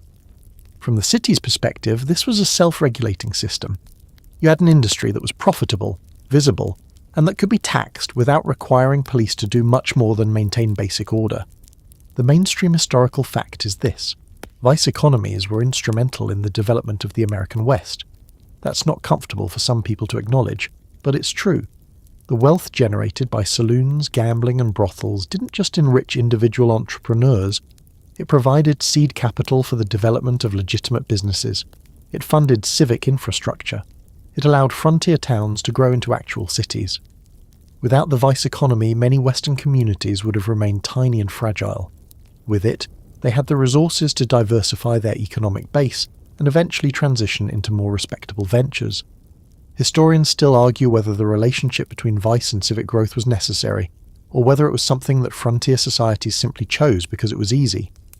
The debate centres on whether you can build a sustainable society with a vice economy at its foundation, and whether the exploitation inherent in that economy is a bug or a feature of how the frontier developed.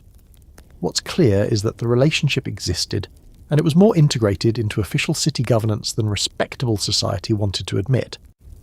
As you're drifting deeper, barely awake now, consider that the nice Victorian world, with its proper ladies and gentlemen, was only possible because somewhere else, usually on the frontier, there were people engaging in vice that funded development. The respectability of the East was built partly on the sin of the West.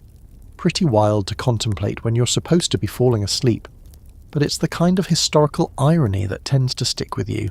Your mind is getting fuzzy now, thoughts stretching out and becoming dreamlike, and we're heading back east for a bit. We've spent a lot of time in the frontier west, the wide open spaces, the lone outlaws, the dramatic gunfights.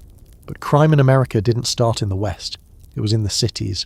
Specifically in the teeming, crowded, desperate slums where immigrants arrived with nothing and had to build lives from scratch. Welcome to the Five Points neighbourhood of New York City, where organised crime essentially invented itself. The Five Points got its name from the intersection of 5 streets in Lower Manhattan, though it's better understood as a neighbourhood where around 50,000 people lived in conditions that would horrify modern sensibilities. We're talking about the 1820s through 1860s. Tenement buildings were stacked with families, sanitation was non-existent, employment opportunities were scarce. The neighbourhood was predominantly Irish and black, which meant it was an ethnic community that faced deliberate discrimination from the more established Anglo-Saxon population. In that crucible of poverty, crime became an alternative economy. It became a way of life. It became, for some, the only way up. The gangs that emerged from the 5 Points were unlike anything you'd see on the frontier. They were organised, they were numerous, and they claimed territory. The most famous were probably the Dead Rabbits and the Bowery Boys. The Dead Rabbits were primarily Irish. The Bowery Boys were primarily Anglo-Saxon or German. They had territorial disputes, they had alliances, they had hierarchies. When they fought, it wasn't a couple of guys at high noon. It was mass brawls involving hundreds of people, often lasting for hours.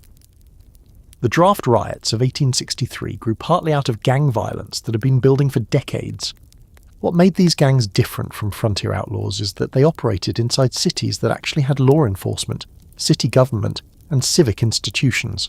They couldn't just rob a bank and ride away. They had to operate with some degree of protection, which meant they had to corrupt officials, make deals with politicians, and develop relationships with the people who actually ran the city. This is the birth of organised crime in America. This is the moment when criminals stopped being individual actors and became organisations with structure, hierarchy, and political power. The Wyos were another famous gang, and they came later, 1860s and 1870s. They're notable because they created what might be the first criminal price list in American history. They had a menu. If you wanted someone punched, that cost a certain amount. If you wanted someone stabbed, that cost more. If you wanted someone murdered, that was the premium service. It's grim, obviously, but it also shows a kind of business organisation that the frontier outlaws never achieved. The Wyos understood themselves as a service industry. You had a problem, they had a solution, and there was a price associated with that solution. Immigrant gang culture became a pipeline for American organised crime. Young men, Irish, Italian, Jewish, arrived in America with nothing, faced discrimination, and found that criminal enterprises offered a way to organise themselves, develop power, and make money. The skills learned in street gangs transferred easily into organised crime. The networks established in the 5 Points and similar neighbourhoods became the foundation for the criminal syndicates that would dominate urban America in the 20th century. Here's a quirky historical detail. The Dead Rabbits gang got its name because at one of their meetings, someone threw a dead rabbit on the table, and rather than being disgusted, they took it as a rallying symbol. That's either the most ridiculous or the most badass origin story imaginable, and historians genuinely disagree about which. The gang adopted the dead rabbit as their emblem, and they painted it on buildings and wore it on their clothing. It became a symbol of gang identity, which seems absurd until you remember that gang identity is partly about asserting presence and claiming territory. The dead rabbit said, "We were here. This is our neighbourhood." The mainstream historical fact is that American organised crime emerged from the streets of New York and other eastern cities, not from the frontier. The 5 Points and neighbourhoods like it were laboratories for developing the organisational structures that would later become Tammany Hall's political machine, the Mafia, and other criminal syndicates. The frontier outlaws were romantic figures, but the city gang members were the actual architects of organised crime as an institution. They developed hierarchies, they created corruption networks, they learned how to work with politicians. By the time the frontier was being settled, the fundamental structures of organised crime were already established in eastern cities. Historians still argue whether gang violence in the 5 Points was a product of poverty and discrimination, or whether it was a deliberate choice made by young men who saw crime as a path to status and respect. The answer almost certainly is both. Poverty created the conditions where crime became possible, but discrimination and limited legitimate opportunities made crime attractive. And once crime became a viable path, it became self-perpetuating. Young men saw older gang members with money and power and status, and they wanted that. So they joined gangs, they committed crimes, and the cycle continued. As your awareness is narrowing to just the feeling of the pillow beneath your head and the blanket covering your body, understand that the gangs of the 5 Points were creating something that would outlast them by centuries. They were building the infrastructure for American organised crime. They were developing the relationships with politicians that would corrupt city government for generations. They were teaching lessons about how to organise violence, manage territory, and corrupt institutions. In some ways, the Dead Rabbits and the Wyos had far more impact on American history than any individual frontier outlaw could have achieved. The frontier was dramatic. The cities were strategic. You're almost fully asleep now, your thoughts barely coherent, existing in that beautiful space between waking and dreaming where everything feels slightly surreal and deeply comfortable. This is the perfect time to talk about counterfeiters and con artists, because the more you learn about them, the more unreal everything seems. These weren't violent criminals, these were criminals who succeeded through gullibility, creativity, and an almost admirable audacity. They were the hustlers, the swindlers, the con men who understood that in America, if you could talk well and print fast, you could make a fortune. Let's talk about money for a moment. This is important context. In the 1800s, there wasn't a single unified American currency that everyone used. What you had instead was a confusing nightmare of different banknotes issued by hundreds of different banks. Each bank printed its own currency. Each note looked different. Some banks were stable and trustworthy. Other banks were fly-by-night operations that would vanish overnight after issuing notes they had no intention of honouring. If you were a merchant in Kansas and someone handed you a banknote from a small bank in Maine, how would you even know if it was real? You probably wouldn't. This was the counterfeiter's dream scenario. Counterfeiting became a massive industry in the 1800s. We're not talking about a few criminals printing fake money in basements. We're talking about large operations, sometimes with dozens of employees using sophisticated printing equipment to produce counterfeit notes that were often better quality than the legitimate notes they were copying. The notes circulated through the economy so widely that it became almost impossible to detect all of them. Estimates suggest that at the peak of counterfeiting in America, nearly 1/3 of all currency in circulation was fake. 1/3. That's not a bug in the system. That's a feature that criminals had successfully weaponized. The counterfeiting trade had a whole hierarchy and organization to it. You had master counterfeiters who designed the notes and oversaw production. You had workers who actually did the printing. You had distributors who got the fake money into circulation. And you had financiers, people who would exchange counterfeit notes for real ones, taking a cut for their trouble. These operations were sometimes run out of legitimate printing shops. Sometimes they operated from rural areas far from law enforcement. Some of them were so sophisticated that they had agents in multiple cities, coordinating distribution of their products like a legitimate business would. Then you had the green goods scam, which was a confidence game built on counterfeiting. A con man would approach someone and claim he had access to counterfeit currency at a discount. He'd show the mark some samples, beautiful counterfeits, practically perfect. He'd offer to sell a large quantity at, say, 50 cents on the dollar. All the mark had to do was pay a deposit, usually a substantial one, and deliver it to a specific location. The mark would show up, hand over money, take the envelope of counterfeit bills and feel like they'd just made a brilliant deal, until they tried to use the money and discovered it was fake. But by then, the con man was gone, and the mark was both out the deposit money and holding counterfeit currency they couldn't use. The genius of the green goods scam is that it exploited people's greed and their willingness to break the law. You had to want to buy counterfeit money to fall for the scam.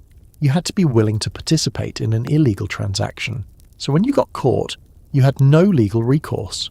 You couldn't go to the police and say, "I got scammed trying to buy counterfeit money." You were a criminal. You had no protection. This is why the con men who ran this scam were so successful for so long. Their victims couldn't report them. Enter Soapy Smith. Now here's a name that deserves attention. Jefferson Randolph Smith, known as Soapy Smith, was a con artist of legendary proportions. He operated primarily in Leadville, Colorado, and later in Denver and Skagway, Alaska. His name came from one of his most famous scams. He'd sell bars of soap that supposedly contained gold nuggets. He'd sell them to crowds at a discount, and he'd even demonstrate by opening a bar, pulling out a gold nugget and pocketing it. Marks would buy bars, open them excitedly, and find nothing but soap. But Soapy had accomplices in the crowd, shills, who would seemingly open bars and find gold. Of course they did. Soapy had paid them to do it. The whole thing was theatre, and it worked repeatedly because people want to believe in luck. But the soap scam was just the beginning. Soapy ran all sorts of con operations. He set up fake telegraph offices where people would send money for various purposes, and it would disappear. He ran shell games and confidence tricks. He had an organisation around him, employees, accomplices, corrupt officials who looked the other way. At his peak, Soapy Smith controlled a significant portion of the underground economy in Colorado and Alaska. He was essentially running an organised crime operation, but his crime was confidence tricks rather than violence. Here's a quirky historical fact that reveals something about American society. People knew about the green goods scams. There were newspaper articles warning people about them. Legitimate authorities issued alerts, and yet the scams continued to work, sometimes for decades. Why? Because there were always new marks. There were always people who thought they could get rich quick, who thought they were smarter than the con artists, who thought they could pull off an illegal transaction without getting caught. Human nature is remarkably constant. Greed and overconfidence remain powerful motivators. The mainstream historical fact is that counterfeiting and confidence games were so prevalent in 1800s America that they essentially created a shadow economy. The legitimate economy existed, but running parallel to it was a massive criminal economy dedicated to separating people from their money. This wasn't a bug. This was baked into how American commerce worked. People exchanged goods knowing that some percentage of the money changing hands was counterfeit. Merchants had sophisticated methods for detecting bad notes. Entire businesses were built around identifying and removing counterfeits from circulation. The whole system adapted to accommodate a level of fraud that would be absolutely unthinkable today. Historians still argue whether the counterfeiting and confidence games of the 1800s were a form of class warfare, criminals stealing from the rich, or whether they were simply opportunistic criminals taking advantage of a poorly regulated financial system. The reality is probably some of both. Con men targeted marks they thought had money. Counterfeiters operated because the financial system made it possible. But there's also something almost admirable about the audacity of it. These criminals weren't murdering people. They were using intelligence, charm, and creativity to take money from people who wanted to participate in illegal transactions. In a strange way, they were running a business, just an illegal one. As you're slipping into sleep now, barely able to keep your eyes open, consider this. The 1800s didn't have credit cards or digital transactions. Everything was physical. Cash was king. And in that world, where physical currency was the medium of exchange, criminals figured out how to manufacture it, distribute it, and profit from it on a massive scale. They'd be fascinated and horrified by modern digital fraud, probably. But the principle remains the same. Wherever there's money and people wanting to make more of it without working for it, you'll find con artists and counterfeiters. It's as much a part of American economic history as steel mills and railroads, just less respectable and infinitely more interesting. You're drifting now through the era of the great detective agencies, and if Jesse James and Butch Cassidy were the desperate poets of American crime, then Alan Pinkerton was the accountant who decided to ruin their verse. The man started humble. Born in Glasgow in 1819, he emigrated to America and took work as a barrel maker in Chicago. But barrels didn't speak to his ambitions. One day in 1847, while cutting wood, he stumbled onto counterfeiters operating in the forest, and something clicked. Here was a puzzle, a mystery, a chance to use his wits instead of his hands. He reported them to the authorities, got deputized, and never looked back. Within a few years, Pinkerton had founded the Pinkerton National Detective Agency, and he would spend the next several decades turning it into the closest thing America had ever seen to a private secret police. His motto was simple and delightfully ominous: "We never sleep." The company's logo was a sleepless eye, yes, the actual origin of the term private eye, and Pinkerton's men became legendary for their tenacity, their spy networks, and their complete disregard for small details like legal jurisdiction. They were brilliant in their way. Pinkerton pioneered forensic techniques decades before the FBI existed. His operatives used photography, coded messages, and vast networks of informants to track America's most wanted criminals. They pursued Jesse James and his gang relentlessly across state lines, setting up sting operations and following leads into the darkest corners of the frontier. When you read accounts of the James family during the 1870s, the constant raids on their Missouri safe house, the spies posing as hired hands, the letters being intercepted, that was largely Pinkerton's handiwork. But here's where the story gets uncomfortable, the kind of discomfort that keeps historians awake at night. The Pinkertons weren't just detectives. They were also union busters, strike breakers, and industrial enforcers for railroad barons and mining magnates. You have to understand, in the decades after the Civil War, labor movements exploded across America. Workers were exhausted, underpaid, and increasingly angry. When they struck, when they organized, when they began to resist the brutal conditions of industrial capitalism, the Pinkertons were there to stop them, sometimes with clubs, sometimes with guns. The most notorious incident was the Homestead Strike of 1892, when 300 Pinkerton agents descended on a steel mill in Pennsylvania where workers were protesting wage cuts. What followed was essentially a battle. Shots were fired, people died, and it became clear that the Pinkertons operated in a grey zone where the difference between law enforcement and hired muscle had almost completely vanished. Then there were the Molly Maguires. This was a secret society of Irish-American miners in Pennsylvania, angry about conditions in the anthracite coalfields, and they resorted to violence, sabotage, intimidation, even murder to pressure the companies. The Pinkerton agency planted a spy named James McParland deep inside the group. For years, McParland lived among them, gained their trust, and reported back everything. He was so convincing that he participated in violent acts himself. The information he gathered led to the arrest and execution of several Molly Maguires, and while the Labour historians might argue about whether the group deserved what it got, there's no question that McParland's infiltration was morally murky. He wasn't just investigating, he was actively shaping events from the inside. Historians still argue whether McParland was a courageous undercover operative or a provocateur who helped manufacture the very violence he was sent to stop.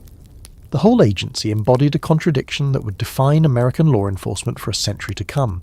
They were simultaneously defenders of order and agents of particular interests.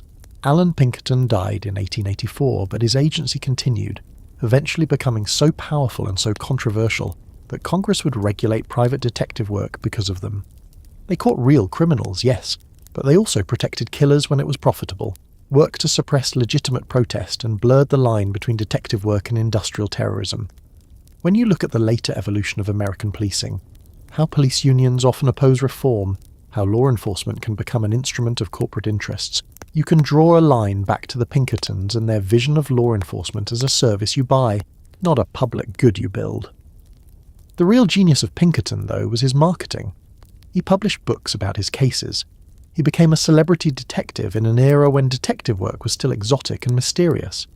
The stories of his operatives tracking criminals across continents, using codes and disguises, infiltrating criminal gangs, these fed America's hunger for detective fiction. When Arthur Conan Doyle was writing Sherlock Holmes in London, he was partly inspired by the real detective stories coming out of America. Pinkerton was the original influencer, turning his agency's work into legend, making crime fighting glamorous. By the time he died, there were Pinkerton detective novels being read across America, and the public barely distinguished between the real cases and the embellished ones. It was brilliant branding, really. The kind of thing that would make a modern marketing executive weep with envy. You trudge westward now, away from the urban crime and industrial violence of the East, toward a place that existed in a strange legal limbo. Fort Smith, Arkansas, sitting at the edge of Indian Territory like an outpost at the end of the world. This is where you meet Isaac Parker, and you need to understand that Parker was not a villain. He believed utterly in his righteousness, but he was also one of the most powerful men in American criminal justice, answerable to almost no one, presiding over a court where the sentence for stealing a horse could be death. Fort Smith was the gateway. Everything west of it, into what is now Oklahoma, was Indian Territory, land theoretically governed by Native American nations but increasingly infiltrated by white outlaws, fugitives, and those who wanted to disappear from the reach of civilized law. Parker became a federal judge in 1875, and he arrived with a conviction that the frontier needed an iron fist. The previous administration had been lenient, chaotic, relatively toothless. Parker looked at the crime flowing out of Indian Territory, murders, robberies, rape, and decided that hesitation was a form of complicity. He would hold court with an efficiency that borders on the industrial. During his 21 years on the bench, Parker sentenced 160 people to death. 160. Think about that number rolling past you in the darkness. That's not a judge. That's an execution machine operated by a man in a robe. And here's the thing. He was popular. Westerners loved him. Newspapers called him the hanging judge with something approaching affection. In the mythology that grew up around Fort Smith, Parker became a hero, a voice of justice in chaos, a man who restored order through sheer force of will. The infrastructure of his court was remarkable. Parker employed scores of deputy marshals, men who would ride into Indian Territory, sometimes alone, sometimes in pairs, armed with federal warrants, tasked with bringing back fugitives from a wilderness where local law meant almost nothing.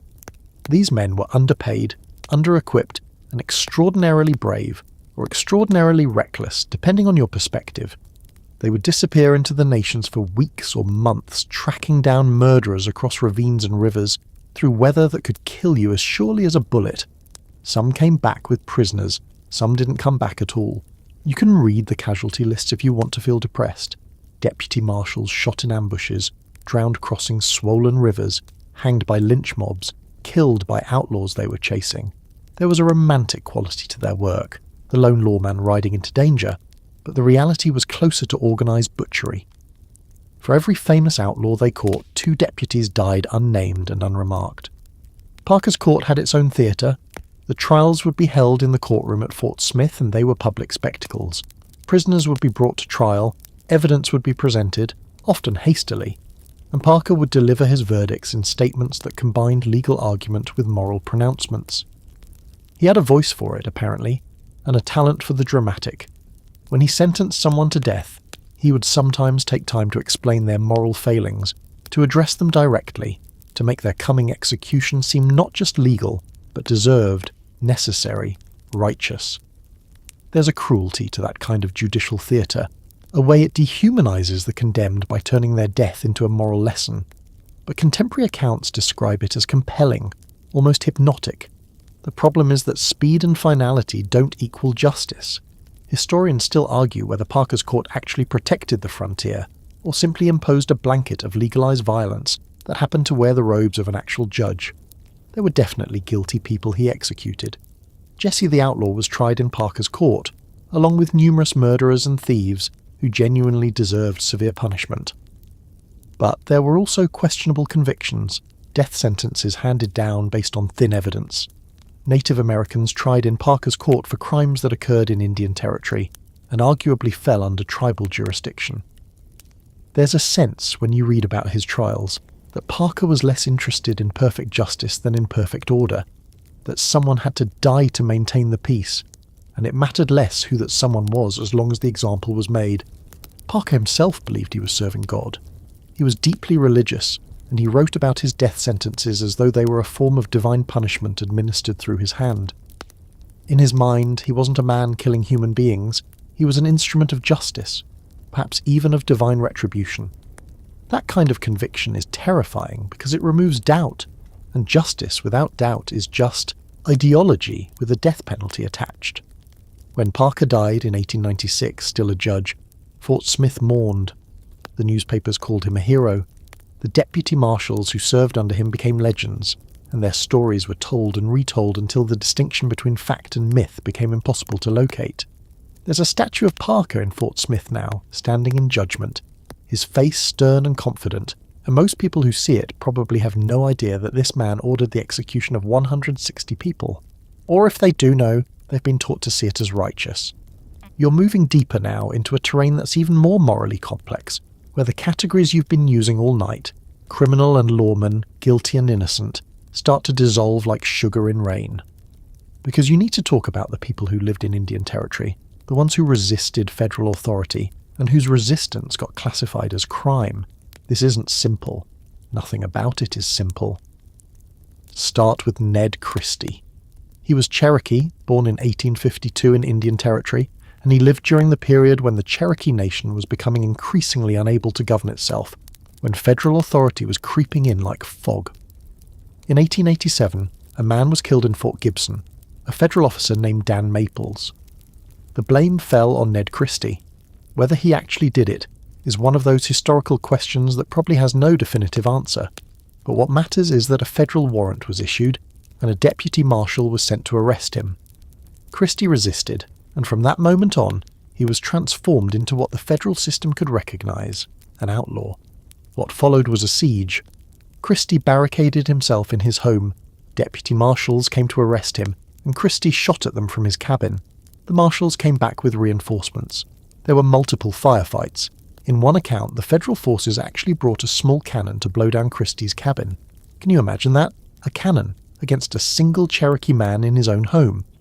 The violence escalated across years, and each escalation pushed Christie further into the role of outlaw, until finally, In 1892, he was captured and brought to Isaac Parker's court, where he was sentenced to death and executed. The version of this story that survives in the history books often treats Christie as a criminal who resisted arrest. But look at it from a different angle. Here was a Cherokee man in Cherokee territory, accused of a crime, hunted by federal agents, his home besieged, treated not as a person deserving due process, but as an enemy combatant. If Ned Christie's real crime was resisting federal jurisdiction, then the fact that he was labelled an outlaw says something uncomfortable about the entire system. It means that indigenous resistance to American authority became criminalised, that the law was the tool that turned national sovereignty into felony. Then there was Cherokee Bill, another resistant figure, though his story is murkier. Bill was part Cherokee, part African American, born around 1876, and he participated in robberies and murders in Indian Territory. He shot people. He stole.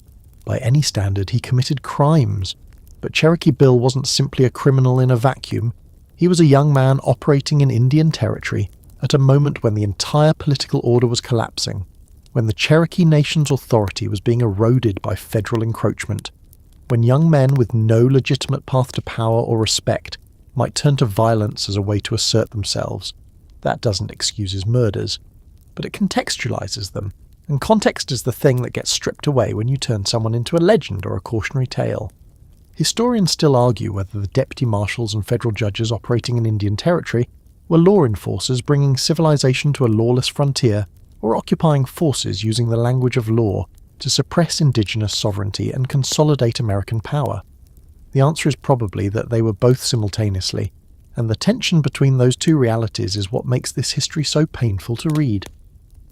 The law is supposed to be neutral, but there's nothing neutral about a legal system designed by and for a foreign power occupying your homeland.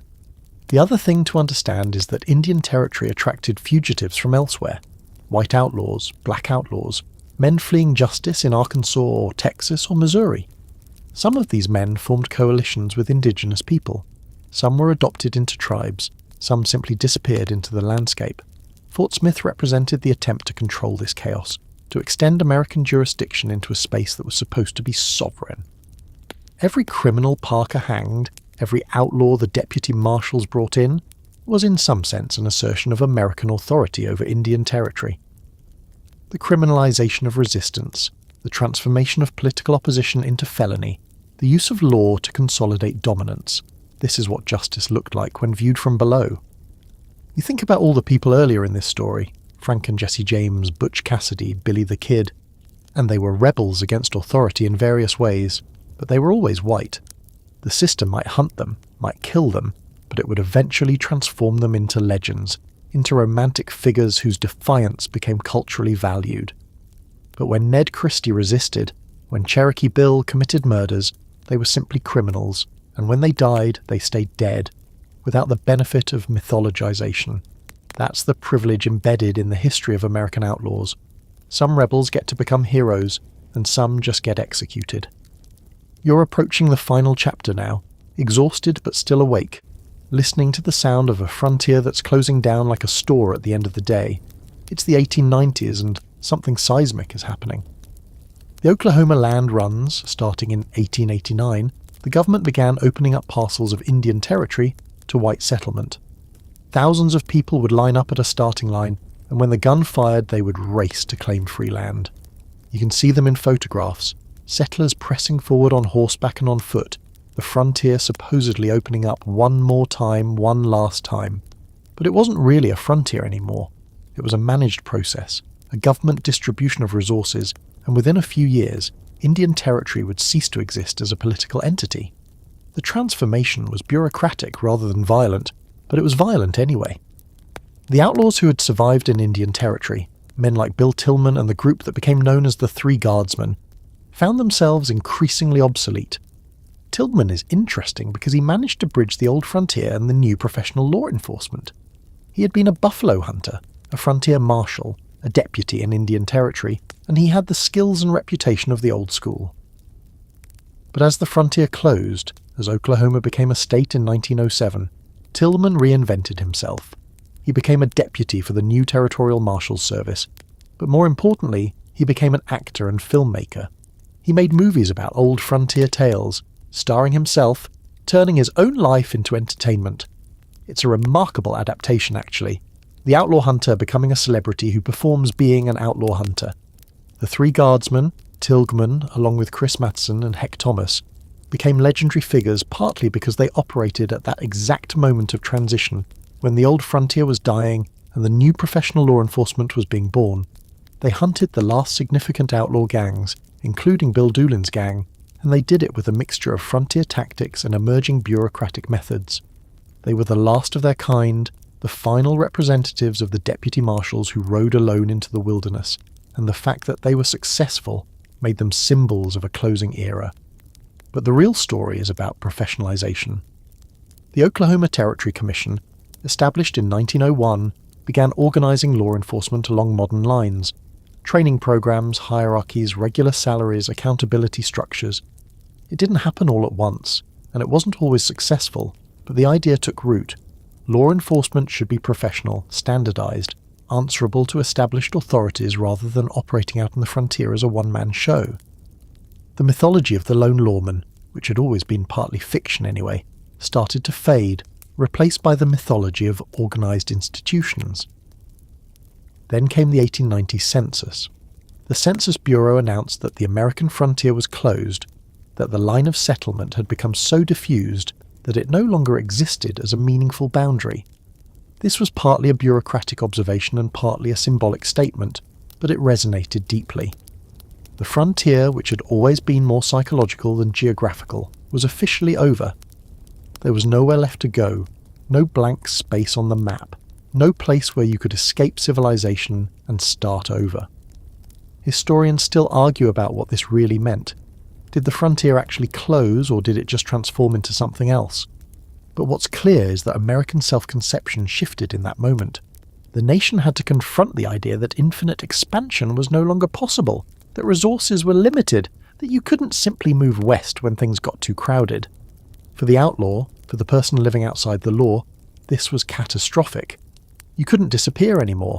You couldn't ride into the wilderness and vanish. The railroad had connected everything. The telegraph had made communication instantaneous across vast distances. Federal authority was tightening its grip across the entire continent. The bandits who had operated in the 1870s and 1880s had a luxury that was completely unavailable to the younger generation. They had places to hide. By the 1890s, those places were contracting. The frontier was becoming the museum exhibit. Billy the Kid died in 1881. Jesse James died in 1882.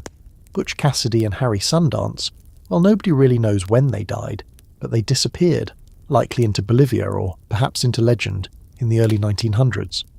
These men were already becoming historical figures by the time the frontier officially closed. They were the last generation of a particular kind of criminal, the bandit operating in the era of expansion, and their successors would face a fundamentally different world. The Oklahoma land runs were meant to open up new territory, but instead they were the final moment of the frontier. Once those lands were claimed, once the map was completely filled in, the outlaws' traditional survival strategy, flight, was no longer viable. You can't run west if there's nowhere west to run to. And so you arrive at the twilight, at the moment when America decided what to do with its criminals and its memory of them. The outlaw age didn't end with a bang. It ended with a whimper and then a marketing campaign. The last significant outlaw gangs were broken up in the first decade of the 20th century. Bill Doolin was shot in 1896. Cherokee Bill was executed in 1896. By 1910, the great era of frontier banditry was over. But something interesting happened in its wake. America fell in love with the memory of it. Buffalo Bill Cody had already been making a fortune off frontier nostalgia, even while the frontier existed. His Wild West show had been touring America and Europe since 1883, turning Indian wars into entertainment, hiring actual famous gunfighters and Native Americans to perform historical reenactments, blurring the line between history and performance so thoroughly that the audience couldn't locate it.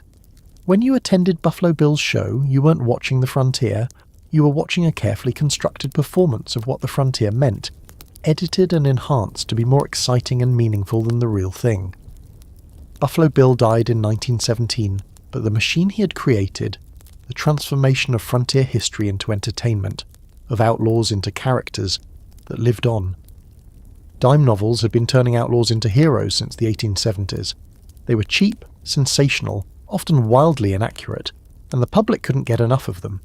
Jesse James became a folk hero through the pages of dime novels before he was even dead. Billy the Kid's legend grew primarily through these cheap publications rather than through actual knowledge of who he was or what he did. The novels transformed real people into archetypes. The noble outlaw, the courageous bandit, the hero who stood against injustice. These weren't subtle retellings, they were complete mythifications, taking human beings and turning them into symbols. Then came the movies. The first film about a famous outlaw was made in 1903. The Great Train Robbery, which dramatised a real robbery, but transformed it into a morality play, complete with a violent ending that satisfied the audience's need for justice. As the technology advanced, as movies became longer and more sophisticated, the Western, a new genre entirely, emerged, and it took the history of the frontier and turned it into a story about good and evil, civilization and wilderness, progress and resistance. The real Butch Cassidy was a bank robber. The movie Butch Cassidy was a charming anti-hero, complex and sympathetic, played by Paul Newman in 1969, a rebel against authority in an era when rebellion was culturally valued. Here's what American culture did.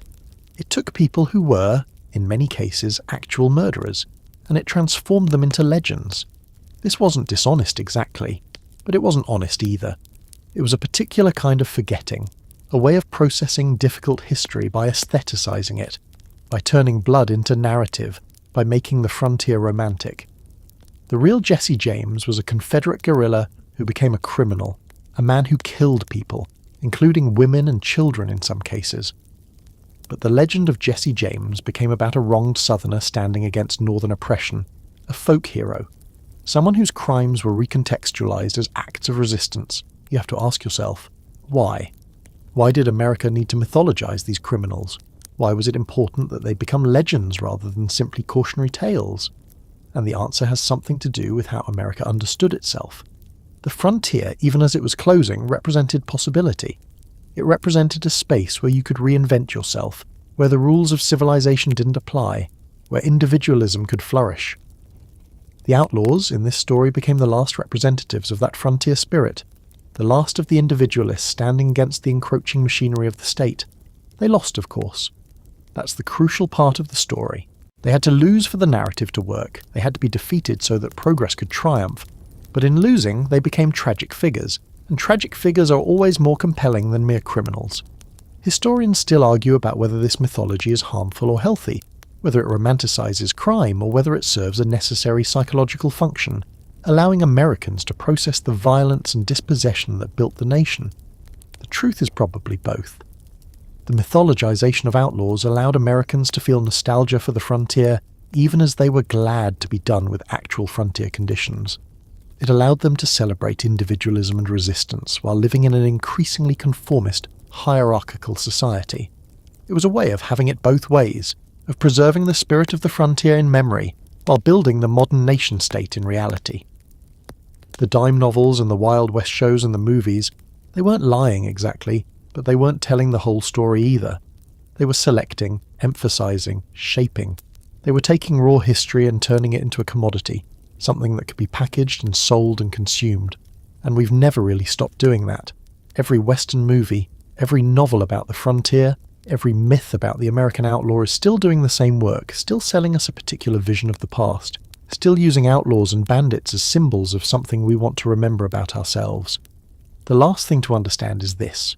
The criminalization of the frontier and the criminalization of resistance to American expansion happened at the same moment. Jesse James was a criminal, yes, but he was also a Missourian resisting federal authority during and after the Civil War. Butch Cassidy was a bank robber, true, but he was also operating in the last spaces where federal authority hadn't yet consolidated complete control. Billy the Kid was a murderer, certainly, but he was also a young man caught between different systems of law and justice in New Mexico.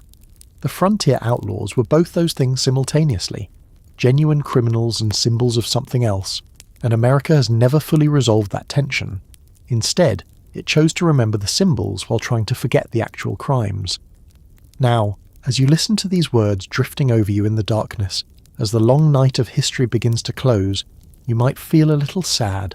The frontier is gone, the outlaws are dead, or lost in legend, or transformed into entertainment. The vast open spaces that once promised freedom and reinvention have been surveyed and divided and claimed and civilized. The world these men lived in is completely gone, replaced by something entirely different. No more wilderness, no more escape, no more possibility of disappearing into the frontier and starting over. What remains is memory and stories and the strange nostalgia we feel for a world that was often brutal and violent and genuinely dangerous, but which we remember as free. But here's the gentle thought to carry with you as you drift away. The frontier may be closed, but that doesn't mean the human need for freedom or the urge to resist authority has gone away. It just transformed. It found new expressions, new outlets, new ways of manifesting in American culture. And perhaps that's the real legacy of the outlaws.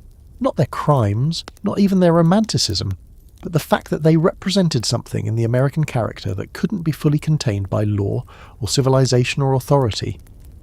That restless, questioning, sometimes destructive impulse to push boundaries and resist control and insist on individual freedom. That didn't die when the frontier closed.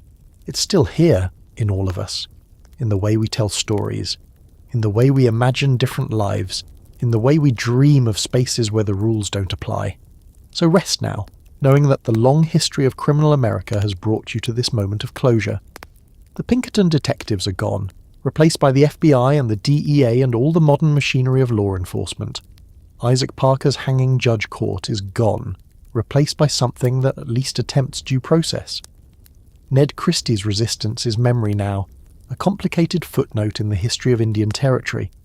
The deputy marshals are gone, replaced by organised police forces and professional training programs. And the outlaws themselves, they've become stories, legends, symbols, the mythic language through which America processes its past. Tomorrow when you wake, the frontier will still be closed, the map will still be filled in, authority will still be comprehensive, reaching into every corner of the nation. But tonight, as you sleep, you can dream of open spaces, of individual men riding into vast wildernesses, of a time when the rules were still being negotiated, when escape was still possible, when the world was still unfinished. And perhaps there's some wisdom in that dream, some truth about human nature that the closed frontier and the professionalized police state can never quite eliminate. Let the images fade now, the dust settling on empty roads, the outlaws disappearing into history, the lights of Fort Smith dimming in the distance. Feel the weight lifting from you, the stories releasing their grip, the long night finally drawing to a close. You can rest now. You've walked through the criminal history of American expansion, from the colonial jails to the frontier to the turning point when the frontier closed and something fundamental changed. It's enough, it's a full night's work. Let it go.